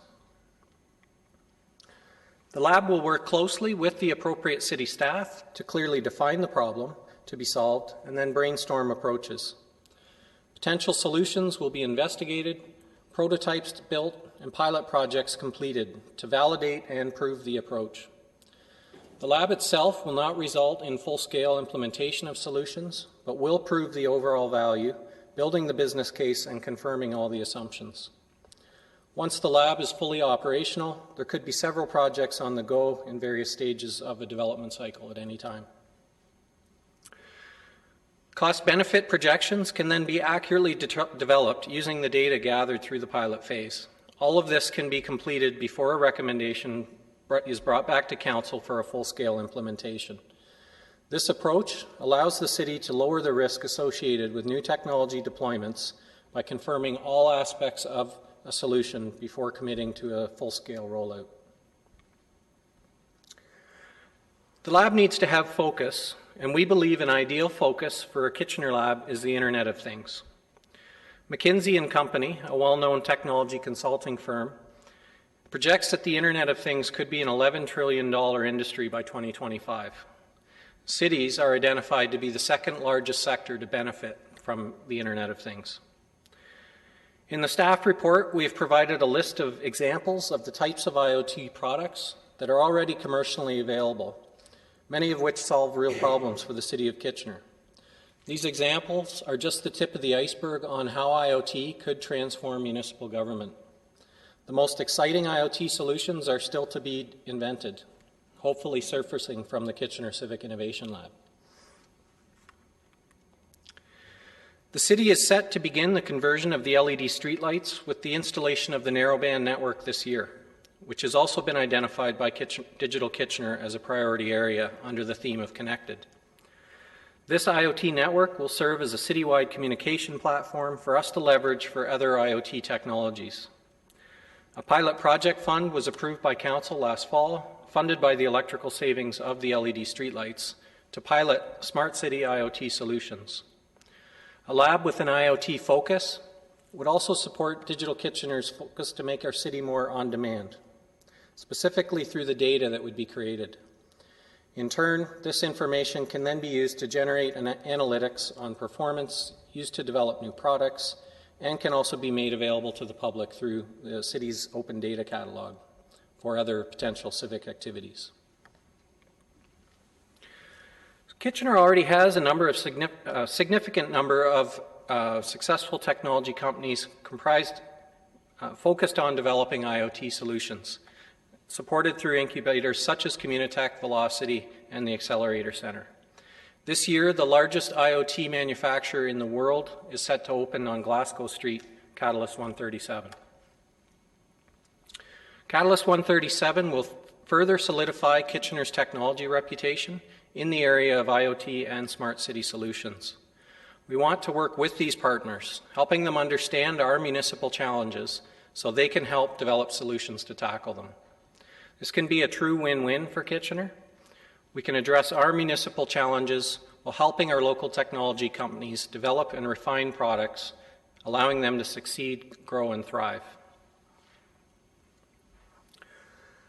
There are 3 key components required to get a Civic Innovation Lab off the ground. The first component is physical space for the lab itself.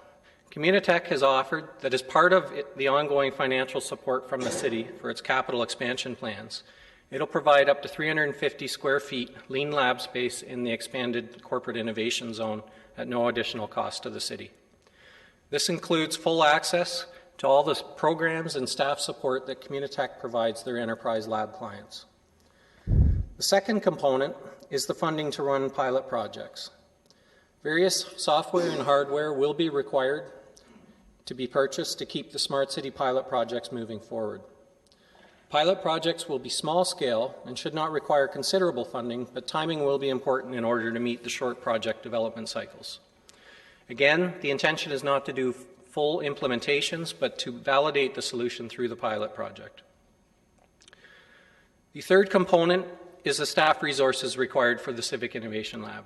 As highlighted earlier, the minimum required staff resources consist of a lab director or an activator, 1 to 2 co-op students per school term, and seconded city staff as necessary based on the particular project underway. Staff have identified funding sources for each of the required components for the Civic Innovation Lab. Space will be provided by Communitech at no additional cost. A $300,000 pilot project fund was set up in 2016 using the electrical savings. And this will be used to fund the pilots and to cover the co-op students if no specific project funding is available. The lab director salary would be funded through the 2017 to 2019 contribution to Digital Kitchener in the Economic Development Reserve Fund. These funding sources will cover the minimum staffing required to operate the Civic Innovation Lab for the 3-year pilot period. Upon Council's approval of the lab, our intention is to investigate any other possible sources of funding that may be available to us from other levels of the government. There is significant interest in promoting public sector innovation programs. Any funding we are able to secure will be used to either scale up the lab or reduce the direct costs of operating the lab, depending on the funding restrictions. We also expect there will be interest from other municipalities that share the same civic challenges we do. We're prepared to partner with these municipalities, developing a cost-sharing model to work together on new solutions. We'll also entertain the potential of corporate sponsorship opportunities.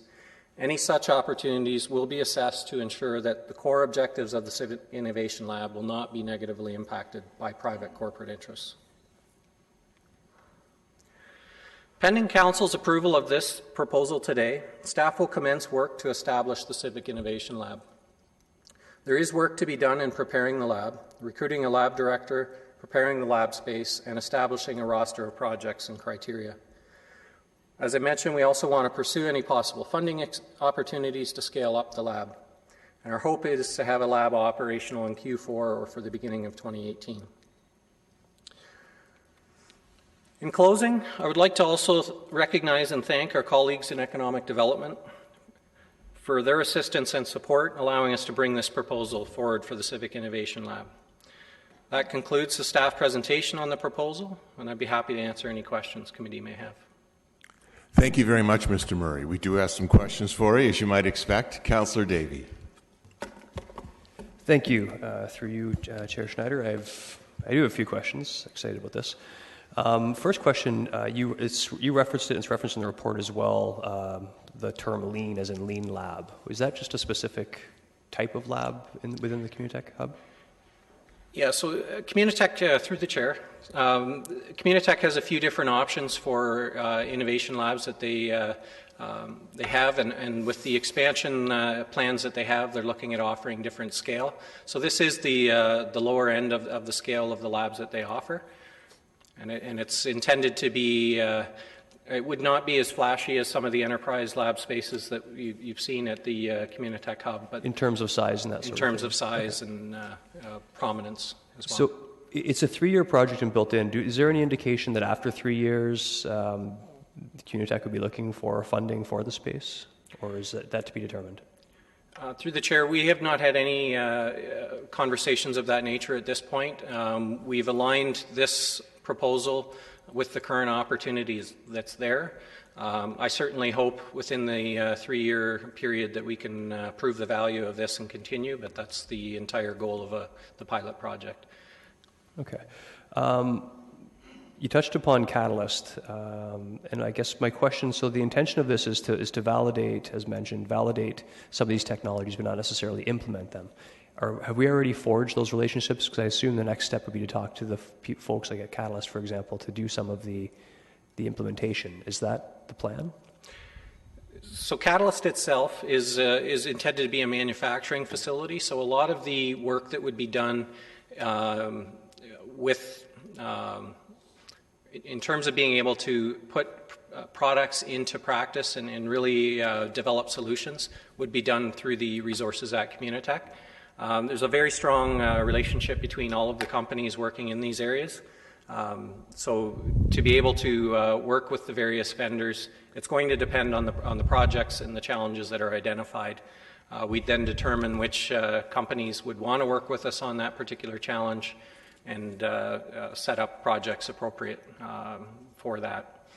So every project would be a little bit different, and determining who would be involved would have to be something we would have to approach in a way that would maintain the transparency that municipal operations require. So we'd have to consider our purchasing bylaws and so forth as we were engaging in those projects. Okay, I've noted that the projects that are worked on are going to be, the city staff's going to work on in determining the projects that we work on. How are we going to, being that there are a lot of unknowns, how are we going to make sure that we have all of the options that we can think of on the table so we know which ones to choose? Certainly. Through the chair, the list that is in the report is not really a vetted list at this point. It's really just a series of examples of the types of things that we could foresee. So that is by no means exhaustive or what we're necessarily putting forward as the projects. I think that criteria needs to be developed and other options need to be considered as well. That was intended really just as a roster of examples that could potentially be taken on in the lab. Okay, so that will be looked at, and I guess you have to do that part before you retain your co-op students so you get their appropriate from the appropriate fields? Okay. Yep. In terms of the when the projects are fleshed out, have we worked on, or is this something that's going to come later as well, in terms of retaining some ownership so that if we do come up with an idea that works in terms of IoT, that we can package it and sell it to other municipalities at the benefit to the City of Kitchener? Is that something that we've explored, or is that coming forward? Through the chair, we haven't defined that at this point. Certainly it's an area that there's a potential to do that with. I think what we need to be considerate of is the scenario under which the projects are being done and the companies that are involved. In a lot of cases, the startup companies are really trying to work on getting enough salary or enough income to actually pay their employees. So I think that's something that we'll have to work through in terms of what's the starting point and what's the value of the intellectual property that the city's bringing forward. I certainly do think there will be scenarios where that will come up, and there could be the potential to do that. But I think we just want to be, consider the effort and the work that's gone in from any company that has participated in that. I think for every one of those projects, we'll have to look at it on a case-by-case basis. Case by case, okay. I actually have a few more questions, so I'll cue back in, Mr. Chair, but at the appropriate time, I'd like to move this. Okay, thank you. Councillor Marsh. Thank you, Chair Schneider. So I am very much in support of this idea. I think it's fantastic. I just want to ask you a couple questions about something that Councillor Davey touched on, the intellectual property. I thought that Communitech was all about making sure that the startups have all of the IP rights. But do they have a model that we're aware of that they already use with these other innovation labs that are currently established? Through the chair, I'm not aware of Communitech necessarily having a model. Certainly, that model has been touted. The University of Waterloo is one where the IP is retained by the students, and the university does not take ownership of that, which is a big shift from the way other universities operate. And I think the benefit of that has shown that it's created that entrepreneurial spirit, and certainly that's benefited Communitech. As we get into this, certainly Communitech, there's a lot of experience there, and I think these are the types of conversations they can help us with. At the same time as there may be startups, there may be some larger companies that are interested in working with us too that are already well established. And in scenarios like that, I could potentially see there being an IP agreement where they stand to benefit. So if we can help out and help the tax base a little bit with some intellectual property and getting some funding back from that, I could see that applying in that case. Okay, that sounds good. And maybe even, have you considered also, instead of having intellectual property rights, to have, at the very least, the first right of refusal to capitalize on a pilot project that we were a part of developing? I don't know, what it might be. We don't know what the projects are going to end up looking like. But, for example, they pilot some new product that we helped them to do through our support, and then they can put that to market and sell that to other municipalities. Would we, have you considered that maybe we would want to have in a contract, okay, well, you need to sell it to us first so we can have the benefit of what we've helped you develop? And through the chair, again, I think every one of these will be on a case-by-case basis, and I think these types of scenarios are the things we'll have to consider as we define what the project is and what the solution could be. I think what I'm driving at is just, of course, we as a council would want, at least I can speak for myself, would want to have this innovation lab benefit the city of Kitchener as a priority. Yeah.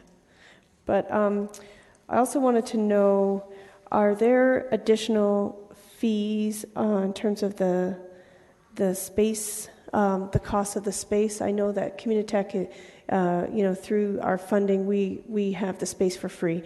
But are there additional costs like, office furniture and things like that? Through the chair, yes, there would be some additional costs to furnish the lab for the office space. So. Whether desks, boardroom type equipment. The big benefit is that the resources that are at Communitech are available to us, so we really don't need a whole lot other than some space to work in, but we'd want that to be a pleasant space as well. But so we would have shared amenities at our disposal.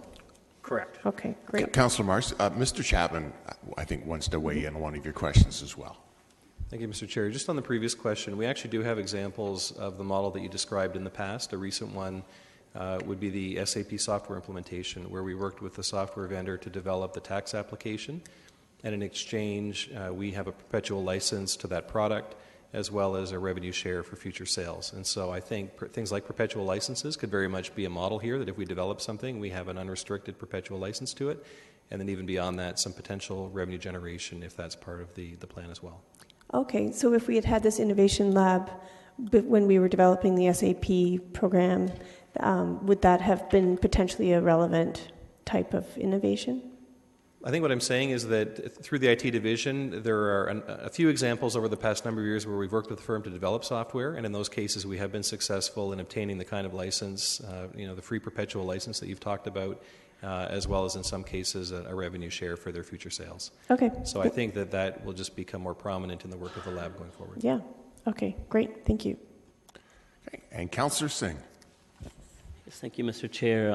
Just from the previous couple questions, I think it's quite clear, I think, or, it's obvious to me anyways, you can tell me that as we pursue this endeavor, that this is really a call to action to our, tech community, that City of Kitchener is open to partner with how we deliver our services, how we enhance the quality of life for our citizens, and whatever way that we can partner. So I'm guessing that's exactly the essence of this, really, right? Through the chair, certainly we're at a tremendous opportunity with IoT solutions, and that's exactly the case here. I think we're in a position with what the decisions that we've made and the potential of this lab to come up with some very great solutions that we'll be able to make available to other municipalities. And it's not necessarily solutions that we have already predetermined, which we have already, which is good through the Digital Kitchener strategy. But it's also knowing what's taking place in the marketplace of Communitech and the various startups that are there, of the cross synergies that may exist, and we may not know right now. Do we? Do we know of all the startups that are there that we might have some benefit from, or partner early, or provide data to them, or seek out their input as we do various things with our corporation? Through the chair, I can say we absolutely are not familiar with all the startups that are coming and going through Communitech. I think this will be a great foot in the door to actually be on the ground in Communitech and be able to establish those relationships and understand what's happening. I think the other piece is if we can take our municipal challenges to the very brilliant minds that are working there, the potential to develop solutions that will actually help municipalities is that much greater. That's perfect. That's exactly what I wanted to hear. But can we take confidence from staff that we will continue to see ongoing updates back of how we are taking those challenges to there and what is happening there that we can perhaps leverage on, that maybe staff have not been directed, but this leadership at least might see, you know what, this is something that we can take advantage of at a lower cost. And again, the ultimate goal to enhance the quality of life of our residents. Through the chair, absolutely. I look at the list of projects are the areas that, we're going to try and attack, but there are going to be numerous other benefits that will come out of being on the ground at Communitech. The amount of programs and events and collision days and those types of things that Communitech organizes will create that type of environment where we can gather information and knowledge about what's happening and look for those opportunities. So of what I've heard through previous questions and of course your answers to mine is pretty much not only are we looking to develop provide solutions to our problems that we face, but it's also to limit the cost as well as hopefully create revenue streams as well. Correct? Through the chair, as I mentioned, in all those cases, we would look to find areas, but again, it's a case-by-case basis with the projects that are there. Good. Just be aware that's the question that's going to get asked over and over again every time something comes forward. By the way, finally, the corporation has provided $300,000 to Communitech, and 350 square feet of space is being given to us over a 3-year period. Typically, this type of space, how much would that cost an enterprise? So they have through the chair, the Communitech has a number of different programs that they offer. They've given us estimates of what it could potentially be, and it's approaching 6 figures. I'm not 100% certain what the absolute value of the space that they have and the programs, because there is a number of factors they have into how they develop their programs.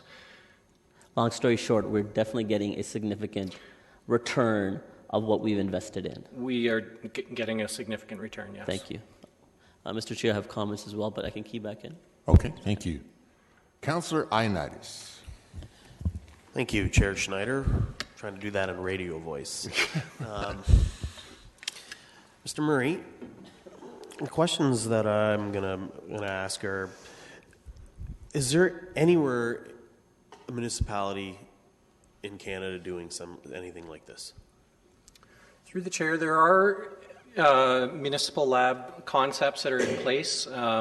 Toronto, for instance, has recently established one, and I'm not 100% sure who they've done that in conjunction with. I think the Guelph has also created one that works with the University of Guelph. I don't think there's anyone who has the opportunity as that is as grand as what we have with Communitech, so close, and especially with Catalyst 137. The timing and the potential of this is quite considerable, given the effectiveness that the enterprise program has had for the companies that have set up at Communitech. And I think as a municipality, we've got a huge opportunity. Okay. Sorry, I just want to clarify something in regards to Toronto. Toronto has received funding through Bloomberg Foundation for work in the innovation space. They have not yet determined or announced that they are formally creating a lab or how they're going to use that funding. So I just want to make sure that that's clear. So in other words, we're pretty well the first, pretty close to it, if not, other than Guelph. Well, I still think we're the first. But as far as the potential and everything else has been mentioned by many other members of council, I think you're underselling it, to be honest. I think you're being way too humble, and I think we're here. I think you should be more excited than what you are right now. I think you're holding out on us.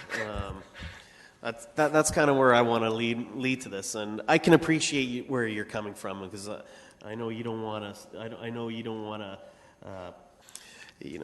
Portray yourself as whatever it is that the case be, but knock yourself out and jinx it or whatever it is that you want to do. But I do appreciate the work that you guys have done on this, and I'll save my comments for later. But my main question was particularly how unique this situation is in Canada, but in particular, probably in the States as well. Like there's not many municipalities that are connected to incubator spaces such as Prominence, such as Communitech or anything like that.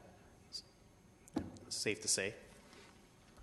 Through the chair, certainly being a block away from an incubator of this nature is unique as it gets, and having one that's as successful as it is. We've had numerous conversations with the folks at Communitech and understanding what is required to make an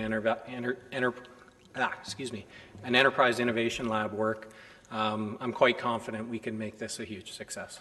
Okay, and then my last question is, in dealing with going through the process and communicating this with the local startups and business leaders in our community, how have they reacted to this position that we're taking here? Through the chair, there's quite a lot of excitement. I think there's been a fair amount of positive comments on the Digital Kitchener strategy as a whole. And I think the ability to bring another sector to a place like Communitech, where people can access information and gather feedback on an industry, will certainly create a whole other area of opportunity for the folks there. It aligns very much with all the work that's happening with the various incubators, and certainly IoT is a huge growth area. So. Okay, thank you. Councillor Etherington. Through you, Mr. Chair. To Dan, you have my support on this. But as you know, we've met. You're dealing with a techie moron here. Just a couple of questions.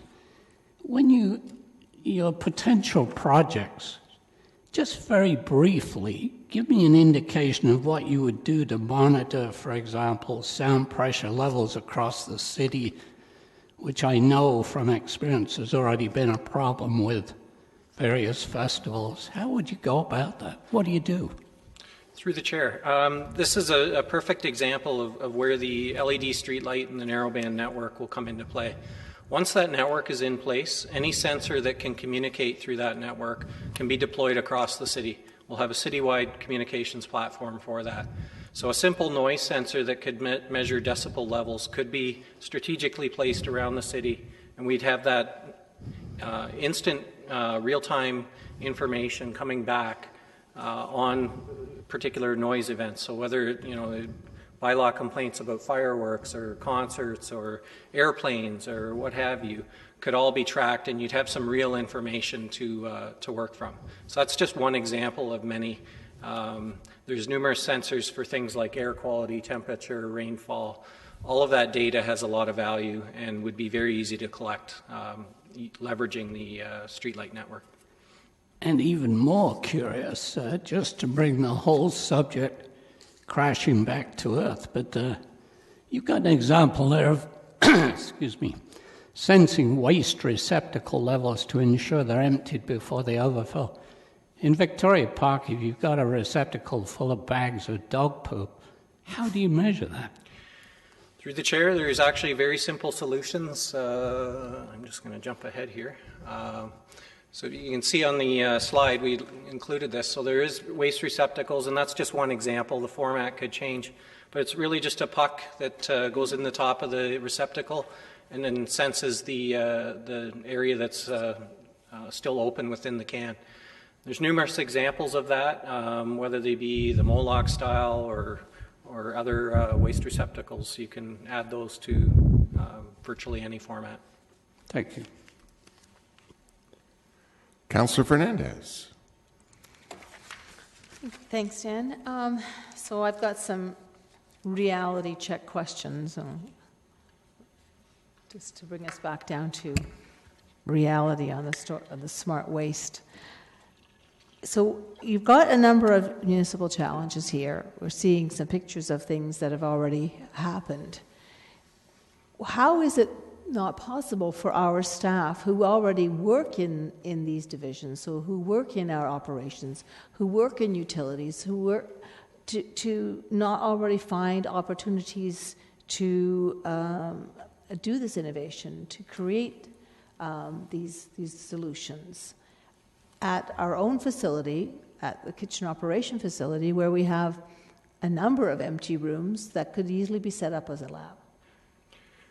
Through the chair, the solutions that you see here are products, and really, in order to put them into use, you really do need to understand how you're going to use them, understand how that data is going to communicate back, and be able to act on it. So there is a fair amount of work from taking a product that may be commercially available today and actually getting it built into the processes in the city. Whether or not you could do that in an office in City Hall is the challenge. Is you've got people who have a job day to day and are trying to accomplish that. The ability to innovate largely introduces some risk in the projects that are there. I think the reality that most companies are subjected to is once you have operational things that you need to do, your ability to innovate gets challenged, and applying new solutions and coming up with new ways of doing things is not something that's comfortable in a risk-adverse environment.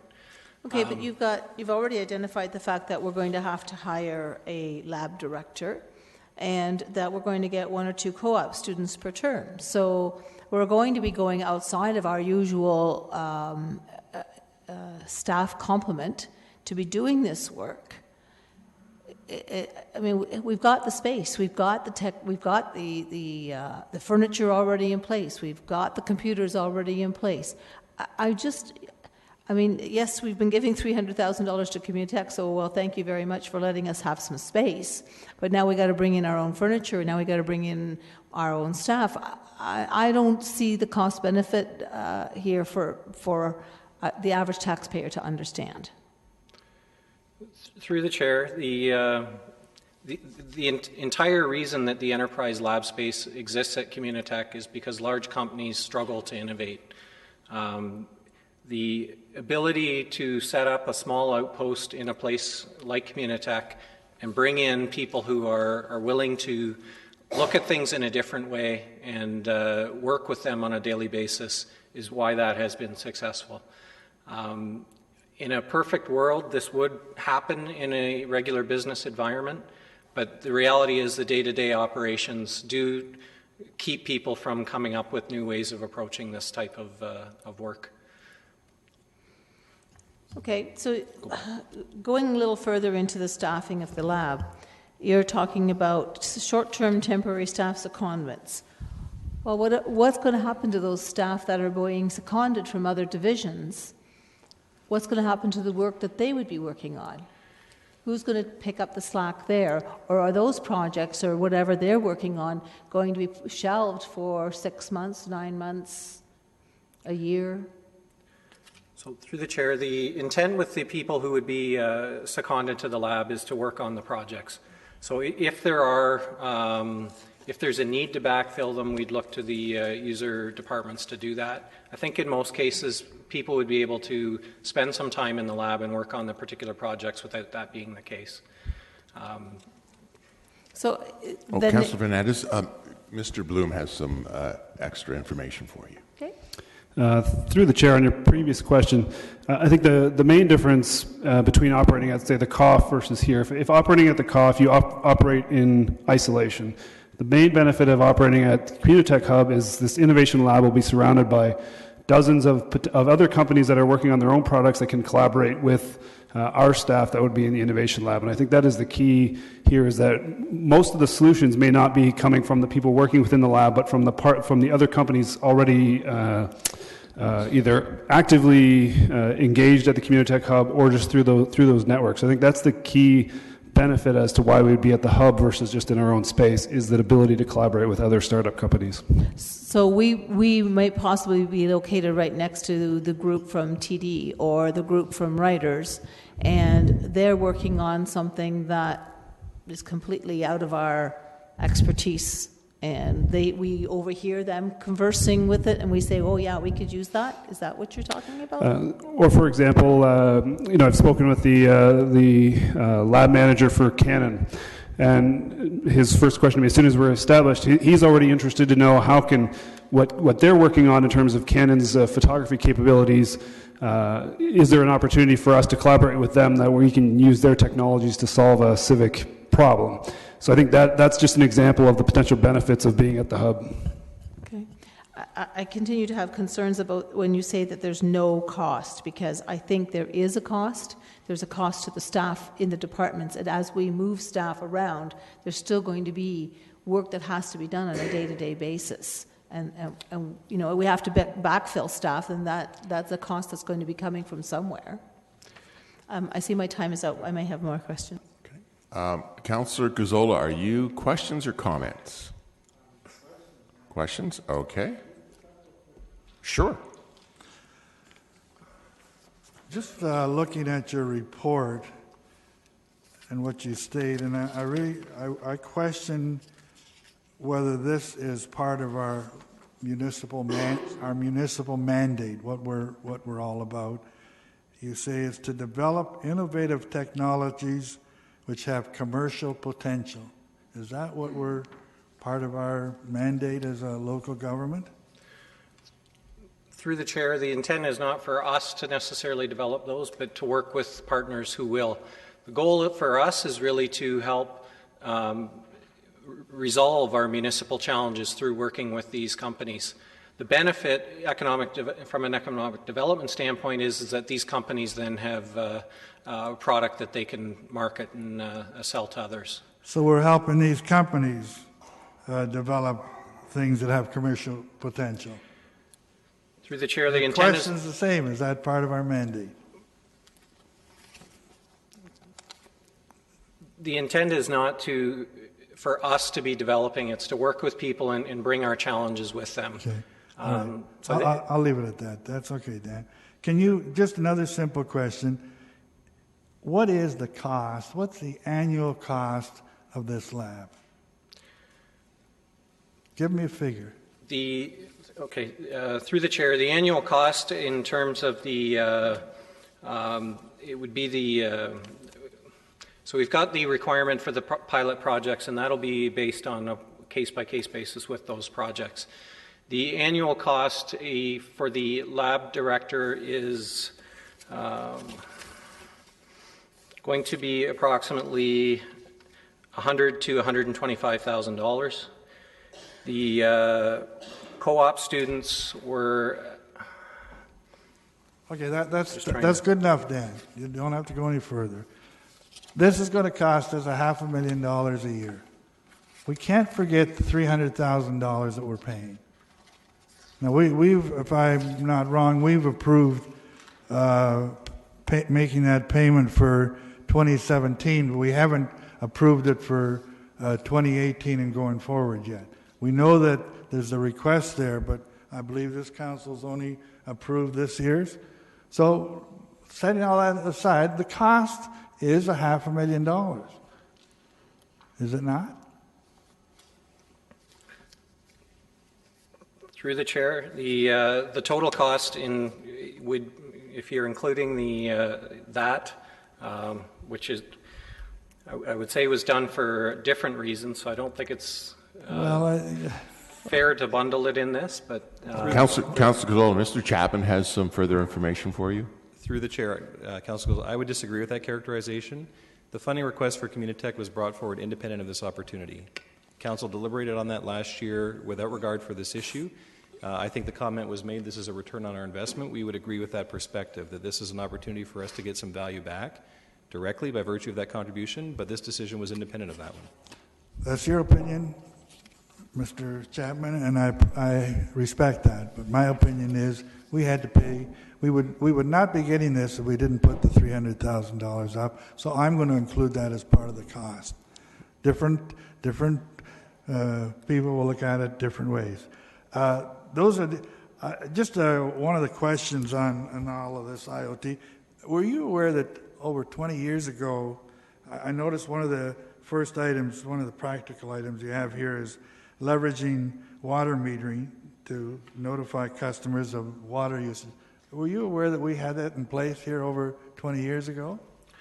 Through the chair, yes, automatic meter reading has existed for a long time. I think the key difference now is that with a network that is there and ready to accept those, we're able to do it at a much different cost. And the entire business case has shifted with that facility already in place. Well, when we did that about 20 years ago, it didn't cost us $500,000. We had that in place, and the point. No, and the point is that it does get sometimes concerning that this has been around and we've gone 20 years, and now all of a sudden overnight we're going to start getting all of these things. I'm skeptical. That's okay. Thank you. Councillor Galloway-Seelock. Yeah, just on one of those points, I think somebody asked this question, I didn't happen to write it down. If we were independent of the $300,000, if we were just to rent space there, do you have any idea how much that would be approximately per year? Through the chair, I don't know the exact because it is a factor of space and programs and whatnot. The estimate has been, as I suggested, approaching six figures. So you would say it could be $100,000 for the year? Or more, yes. So it may be more fair to characterize, if we want to put an all-in cost of staffing and rent, it would be more accurate to say it'd be closer to $250,000 to $300,000 range than $500,000. Would that be fair? In my opinion, that would be fair. Okay, thank you. And then my other question that I had was talk about the projects and the priorities that are going to come through Digital Kitchener strategy updates. Are we going to have the ability to change priorities quickly if need be, just because I know how quick and fast-moving the industry is? Is that going to be something we're going to be flexible to be able to do? Through the chair, the intent is to set up the roster of projects and be able to move through them. Some will be in early development stages, some will be in pilot, awaiting data. So there's going to be things that are happening, and as I mentioned, projects in different cycles throughout. Certainly, we would be able to look at shifting projects as need be. The hope is that we can do that at an administrative level and report back to council on the priorities. But certainly with the interest that we hope will be generated down at the lab, we'll be providing updates to council on a very regular basis on the work that's happening. Yeah, I just don't want to lose out on opportunities that may fall into our lab that might not be on our priority list or our program list, that we can move with those quickly and be a part of those versus, nope, this is our project list for the year and we can't do that because it's not a part of our approved project list. Through the chair, certainly if an opportunity comes up that we need to be able to grab onto, we would look to, for ways to be able to do that. Okay, that's great. And if I can just make a really quick comment, because I'm not going to comment long, I did just want to commend staff on the report and the funding model that you've come up with the operational budgets funding the secondments. I think it's a really creative way to make this happen, a minimal impact to the overall budget. So congratulations. Thank you. And Councillor Singh, you're cued in. Is that for question or comment? Okay, thank you. I just wanted a clarification. Councillor Gazzola brought up the water monitoring abilities of 20 years ago. What we would be able to do would be a bit of an improvement on that, actually alert our constituents to unusual water use? I can't comment on what the capabilities of the AMR systems from 20 years ago would do. Generally speaking, I think they were intended really just to provide the usage data. In all cases now where people are becoming more innovative with this is where the usage data is pulled in on a daily basis or an hourly basis. You can notice changes and be able to alert people to, a potential flooded basement or even just a running toilet that's wasting water. So certainly that type of capability is there. I'd say the biggest difference between what was available 20 years ago is you would have to build the network specifically for the AMR system itself and then provision your equipment on it. In this case, because we've invested that money with the LED streetlight and the narrowband network, we can leverage that network to actually be able to do that work. So it's a significant less cost to deploy that type of technology. Okay, thank you for that clarification. Sure, you can respond. No, I just want to clarify something because I was on the system at the time. Okay, you just, Sorry. yeah, there we go. Sorry, because I did get an email about that. No, Thank you. and there's no question what you can do today is going to be 50 times. But at that time, I was able to go into my computer and look on a daily basis at my consumption. So if I had a leaky toilet, I would have been able to tell right away. That's where it was 20 years ago. Okay, thank you. We are into comments. Oh, sorry. Councillor Davey. Thank you. First question this here is, in terms of the updates, it says that the updates are going to come with Digital Kitchener strategy updates. What's the frequency of those? I don't know that. Through the chair, at this point, we're expecting at a minimum an annual reporting basis for Digital Kitchener updates. I think in the case of the lab and the interest, we certainly would be looking for whether they be formal or informal through visits to the lab, that we would keep council apprised of what's happening down there much more frequently. Okay, I don't want to make a formal amendment on this, but I share the same concerns as Councillor Singh. I think that this is a situation where I don't want to see it go off into the ether and we hear about it, even quarterly. So between now and when this comes back at council, I'll be looking for some process whereby we can have, even like bi-monthly would be ideal updates. If members of council could be invited to the Communitech Hub or however that works best with staff and the model. Do you think that's something that could be accommodated in the next, till we meet at council? Through the chair, certainly. Okay, very good.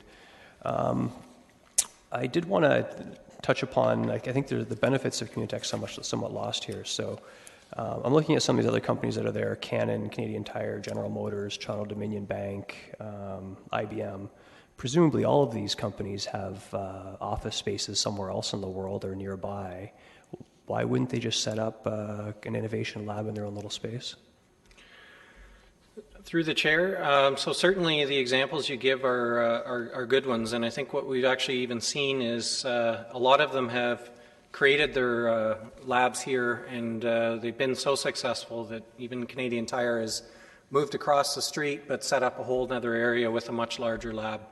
The purpose and the benefit of being close to this is the culture that is at culture of innovation that's at Communitech, the support that the Communitech staff provide to be able to push forward with various different ways of thinking and approaching, and then also to be able to leverage all the various folks who are down there with great ideas.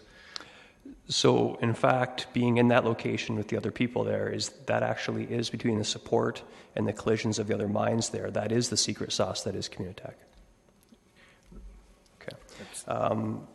I will have comment as well, Mr. Chair. I'm happy to speak at the end. Okay. Councillor Singh. Quickly before, can you bring the slide up where it had all the different IoT? There you go. Thank you very much. Just hearing the questions from some of my colleagues, I'm not sure if I'm either concerned or a little disappointed that they don't necessarily see the blaring obvious benefits of what is our mandate as a local municipality. And I think that mandate is to provide good and effective city services at the least cost.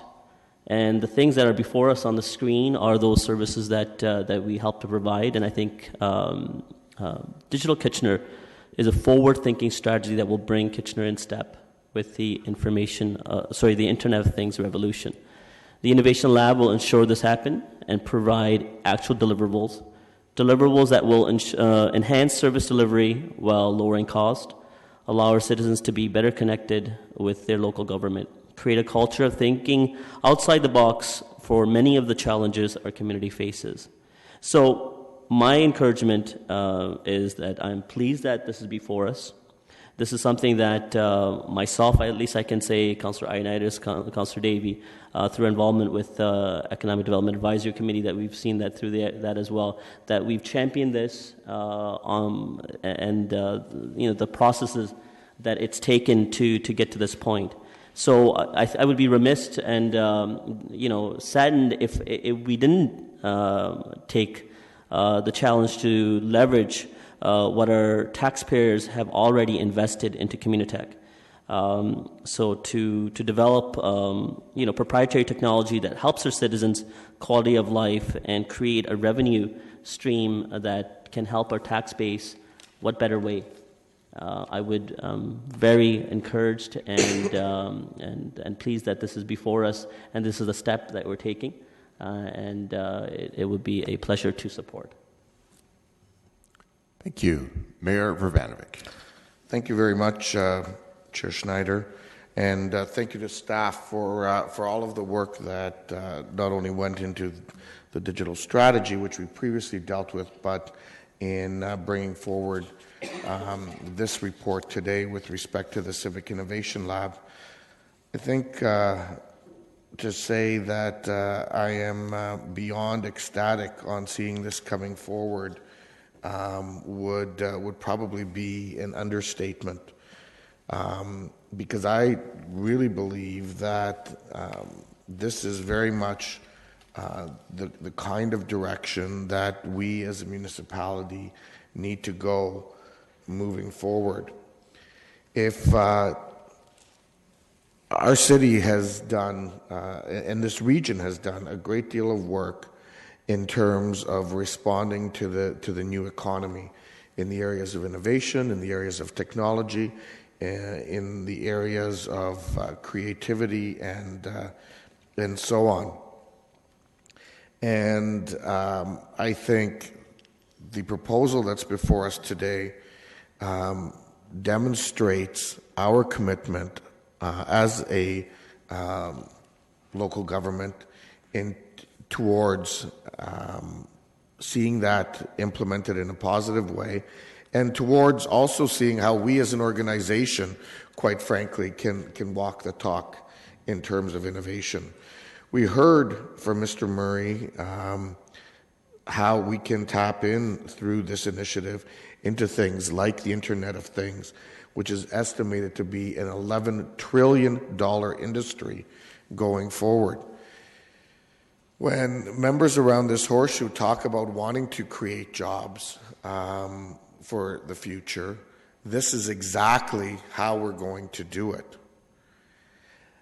The reality is, and the point was made, that large companies struggle to innovate. That is very true. And that is why companies like Deloitte and Canon and GM and TD Canada Trust, and the list goes on, as well as public sector companies like the LCBO, the Province of Ontario, and so on, have all recognized the value to their organizations and to their bottom line by being part of the innovation lab and the innovation ecosystem that exists at Communitech. The decision that we're going to make today is going to move the municipal sector in Kitchener, and hopefully over time in Waterloo Region as a whole, into this space, so that we no longer are hoping that innovation is going to happen on the side of somebody's desk for 25 minutes a day, or maybe 2 hours a week or a month, if they can find that time in amongst their daily work responsibilities. But in fact, it'll become the thing that drives them day in and day out in order to build more successful, more vibrant cities. Cities such as ours, cities smaller than ours, cities larger than ours. Now, I know there are people that still to this day, probably have not spent a great deal of time understanding how this innovation ecosystem works, how innovation labs work. And we'll present, a different view of the scenario that's before us. But the reality is, staff have done a great deal of work around this. They've looked at other communities across, Canada, the United States, and elsewhere to see what they're doing, to see what's happening in the smart city space. And they presented a factual report with a solid business plan to move this initiative forward. And so while there may be different facts that are presented by others, the reality is this is the information and the accurate information that has been developed by staff, and that I believe we need to focus on as we go forward. So I would certainly have hoped that this would have been unanimous, because to me it would be the logical conclusion on this.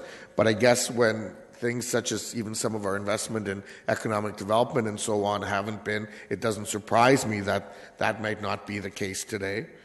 But I'm hopeful at the very least that the majority of council will support it, and we will move forward on this initiative and join other communities that are being on the leading edge and helping ensure we create a bright future for our citizens going forward. Hey, Councillor Gazzola. Am I next in line? You are next in line. You're the only one in line. I'm the only one in line. Oh, right. I'll get a few more up in line for you. I want to start off by making it clear that I appreciate what staff is doing, their efforts. No doubt in my mind we have a first-class staff complement doing a great job. And I also really appreciate the exciting nature of this. I'm old, but I think I really appreciate and have used modern technology. I know what it's capable of. Hell, I wear a Fitbit. It tells me how I'm snoring, what my heart is beating.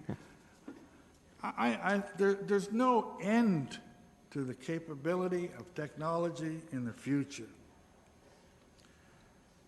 And then for have some members to say it's a blaring, visible mandate.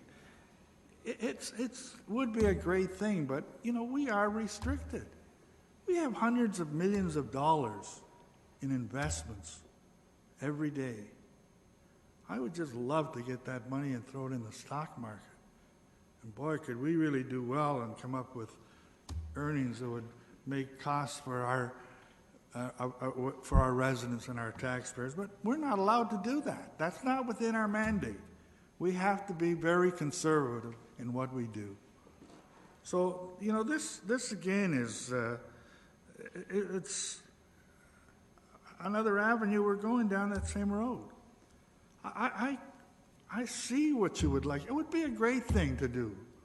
It is exciting. It sure as hell is. But I don't share the mandate of economic development that probably the majority of this council does.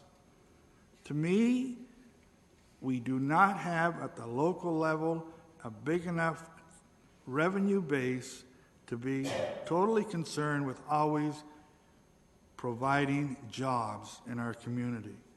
That, to me, is the mandate more of our senior governments who have a much bigger bank account to deal with. So I can see the benefits of economic development, but I really say, unfortunately, our hands are somewhat tied. Over the years, there were so many rules and restrictions on this whole issue. I mean, our mandate, unfortunately, is with more mundane issues like sewers and running waters and parks and things like that.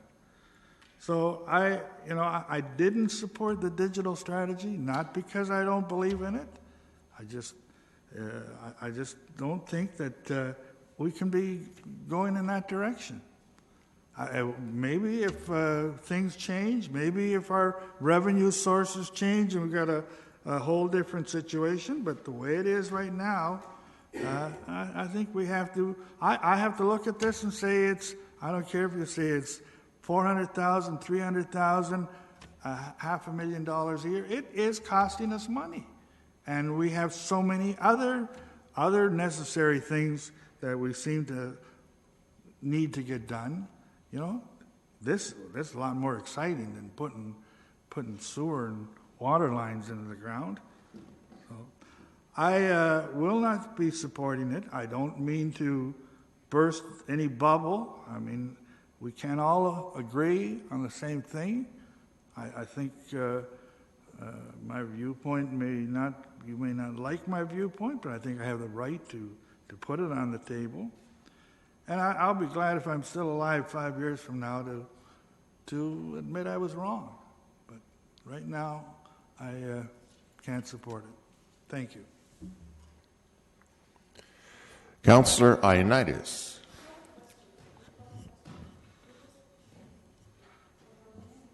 Go ahead.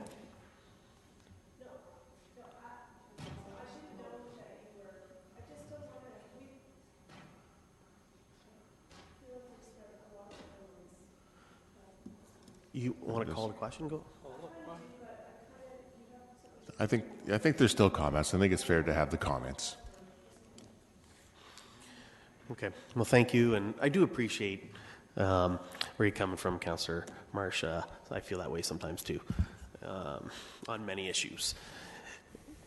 More particularly on issues that don't have a significant impact like this one will have on our community, where I think this is something that we should be cheering and applauding. And the fact that we have our staff who are here giving this business case, and they're like not even jumping up and down and being excited, to me, perplexes me, because when I look at the list of the companies that are located in this Civic Lab, it's just mind-boggling to me. When you have BMO, I'll name the other ones that the other companies that the others here: BMO, BDC, Thomson Reuters, Metroland Media. There's just endless companies, and these are the private sector companies. And if they're not doing things, if they're there and they think there's something there, then obviously that's the place that we need to be. Because if they're all wrong, then they should be all out of business right now. Instead, they're the biggest companies in the world, and you got even Toyota that's there. But as far as a mandate, as for the city, I couldn't disagree more on our mandate. Our mandate is creating a better quality of life for our residents. Our mandate is to have jobs that are for our residents. Our mandate is to be more efficient with our services. Our mandate is to be more transparent to our public, and all of those things can be achieved through this connection, through this arrangement that we had. That we have, and all through, I think, through smart investments. And I know one of the things that my fellow colleagues on economic development, Councillor Singh and Davey, what we've always concentrated on is why is the city not concentrating on helping our local companies grow and support them? Well, this is what we're doing right now. We're setting up a system, thanks to Communitech, that this will benefit the local companies here and help them adapt some of their technologies and let them grow, which in a sense creating jobs. So to me, I can't see anything more exciting than this project, and the potential to me is enormous. I think we're going to disrupt the world in a lot of ways. And with the LED lighting, we're just scratching the surface on the potential that we can. And if we're going to look at old technologies and everything else, well, things have changed. Like the way how radio was played. Back one day it was airwaves, now it's through satellites. It's changes. Technology grows and changes. Sometimes they fail and some succeed in the early stages. But later on they come back and they achieve some greatness. And just because there is failure, I don't want to be afraid to make bold choices that I think that will move this corporation for the mandate that I just mentioned for our residents. Councillor Fernandez. So it's wonderful to be on the cutting edge of innovation and technology and new and exciting projects here in the city of Kitchener and the region of Waterloo.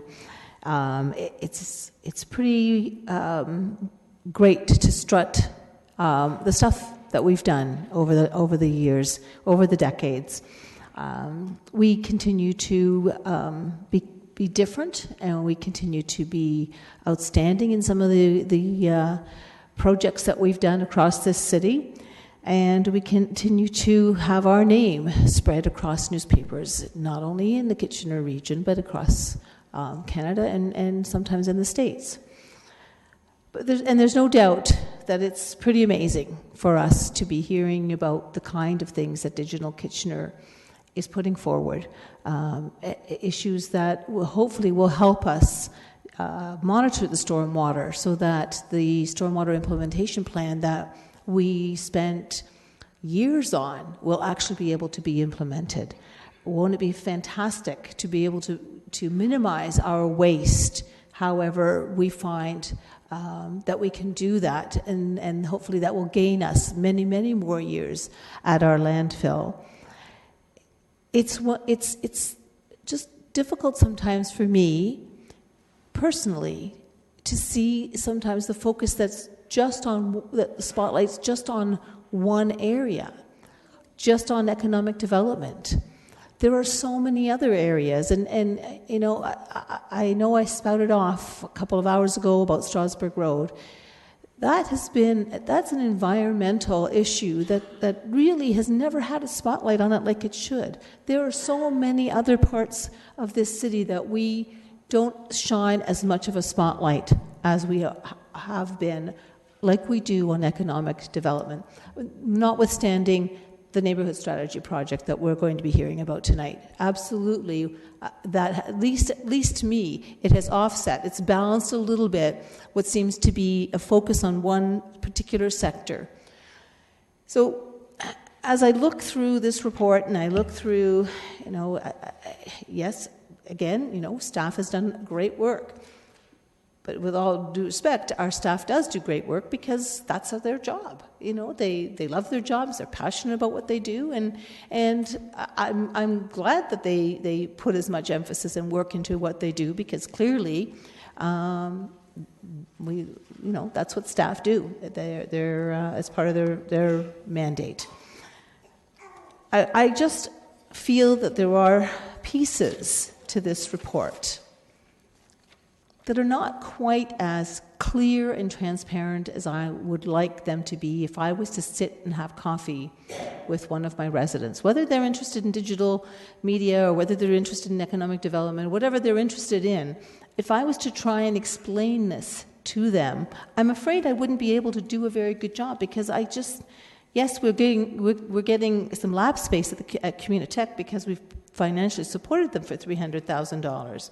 But we're also going to be having to move staff from one area of the city to work on stuff. And does that mean that development application may be delayed, or maybe that review of something else that we're doing within our city has to be put on the back burner because that staff has been seconded to whatever project is going to be happening at Communitech. So it's sort of with a little bit of reluctance that I want to be enthusiastic, and I want to say, wow, we're cutting edge and we're doing some really fantastic things here, but I just don't feel like I can be 100% behind this until I can 100% explain to my citizen who's sitting across from me having coffee saying, yeah, this is what this means and this is how this is going to impact you. And there's some great examples here on the screen. There's some fabulous examples here, and maybe I'll be able to use some of those. But do I want to support this 100% completely yet? Just not quite. Sorry. Councillor Davey. Thank you. I just want to start by thanking Mr. Watkins, who's left, I guess, and Mr. Murray for your work on this. It's again, I'm very excited where we are. It's interesting. It's kind of come full circle because the city of Kitchener helped the process with Communitech and making what is now, as I understand, the second greatest concentration of startups outside of Silicon Valley. So I think it's only appropriate that we turn back to them and help leverage those minds to help us with some of the municipal problems that we face and some of the opportunities we have to help residents with their everyday service requests and needs. I think it's entirely appropriate that we continue this partnership, and mostly because I understand how Communitech works. I really do. If you want intelligent, elegant solutions, you have to be around intelligent, elegant minds, and the people in that place, the startup folks there, are the intelligent people that know how to make these things work and processes together. So it is by those collisions of sending even a small number of staff there that people will run into each other that they didn't even think there would be a connection. The Canon example, using their cameras to help put in some of the things we have before us, is an excellent example, and that's the entire point of being at Communitech. I don't find it terribly difficult to explain this to our everyday residents because I even link it back to, there's the concern about some of our infrastructure. Well, even if we do the most obvious one of these with our with our LED street lighting system, that's the monitoring of water. Not only does that help us notify residents when before they have a multiple $1,000 bill, it also can conceivably notify us when there's a water main break well before it even bubbles up to the surface, which saves us thousands of dollars. That is a real direct impact on our infrastructure. So I'm 100% in support of this. I think it's a great initiative, and I think it's great because this is the actual time where the city of Kitchener stops relying entirely on outside businesses to solve some of our municipal problems, and we start looking at focusing on how to solve some of these ourselves. And as Councillor Singh put, the point of this is entirely, even if it's seamless, even if some of the public doesn't understand it, is to increase the quality of life of our residents. Councillor Yanetsky. Thank you. I've just been listening to everybody's comments here around and appreciate everybody's position on where they're coming from, whether this particular venture is a good step forward for Kitchener or whether it's not. I appreciate staff's preparation of the report and lining out what is required, and of course that's part of their job in terms of as they see it moving forward here in Kitchener. I too sort of feel that my residents would probably wonder what this is all about. He never asked me anything about it at all. He just comes back to the basics that we provide in terms of snow removal and fire protection and making sure the parks are clean, etc. And the city functions properly throughout on a daily basis. Moving forward, they probably would say, yeah, we should be looking forward, but it's really not an issue to them. I see that another $300,000 is going to be given to for this particular venture. I would have to acknowledge and agree that if we didn't give them the money up front back during the budget time, I don't think this would have come forward. I also struggle to understand some of the positions here that we are supposed to be creating jobs. That's the responsibility of the provincial and federal governments. It's always been that way, and we basically provide the basics in terms of municipal stuff. We're not here to create jobs. It's private business enterprise responsibility. And of course, if some of them have needs, the federal government or the province always jumps in to bail them out when they need to be bailed out as well.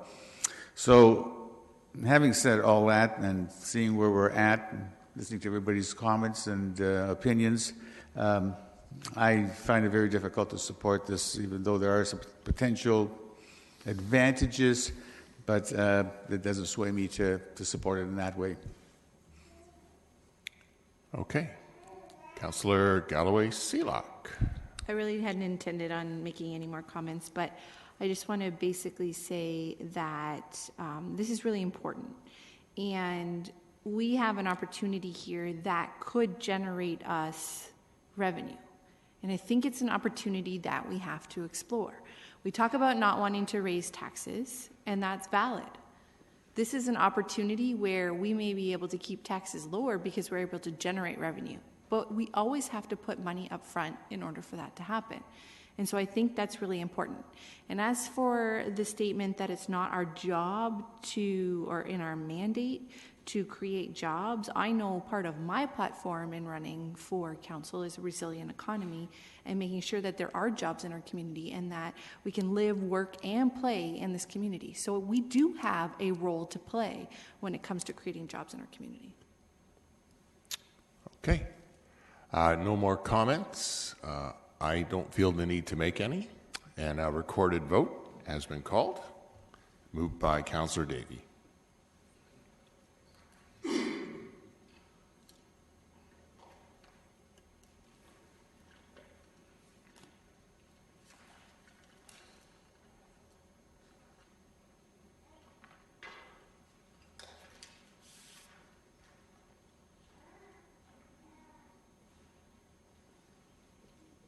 All those in favor?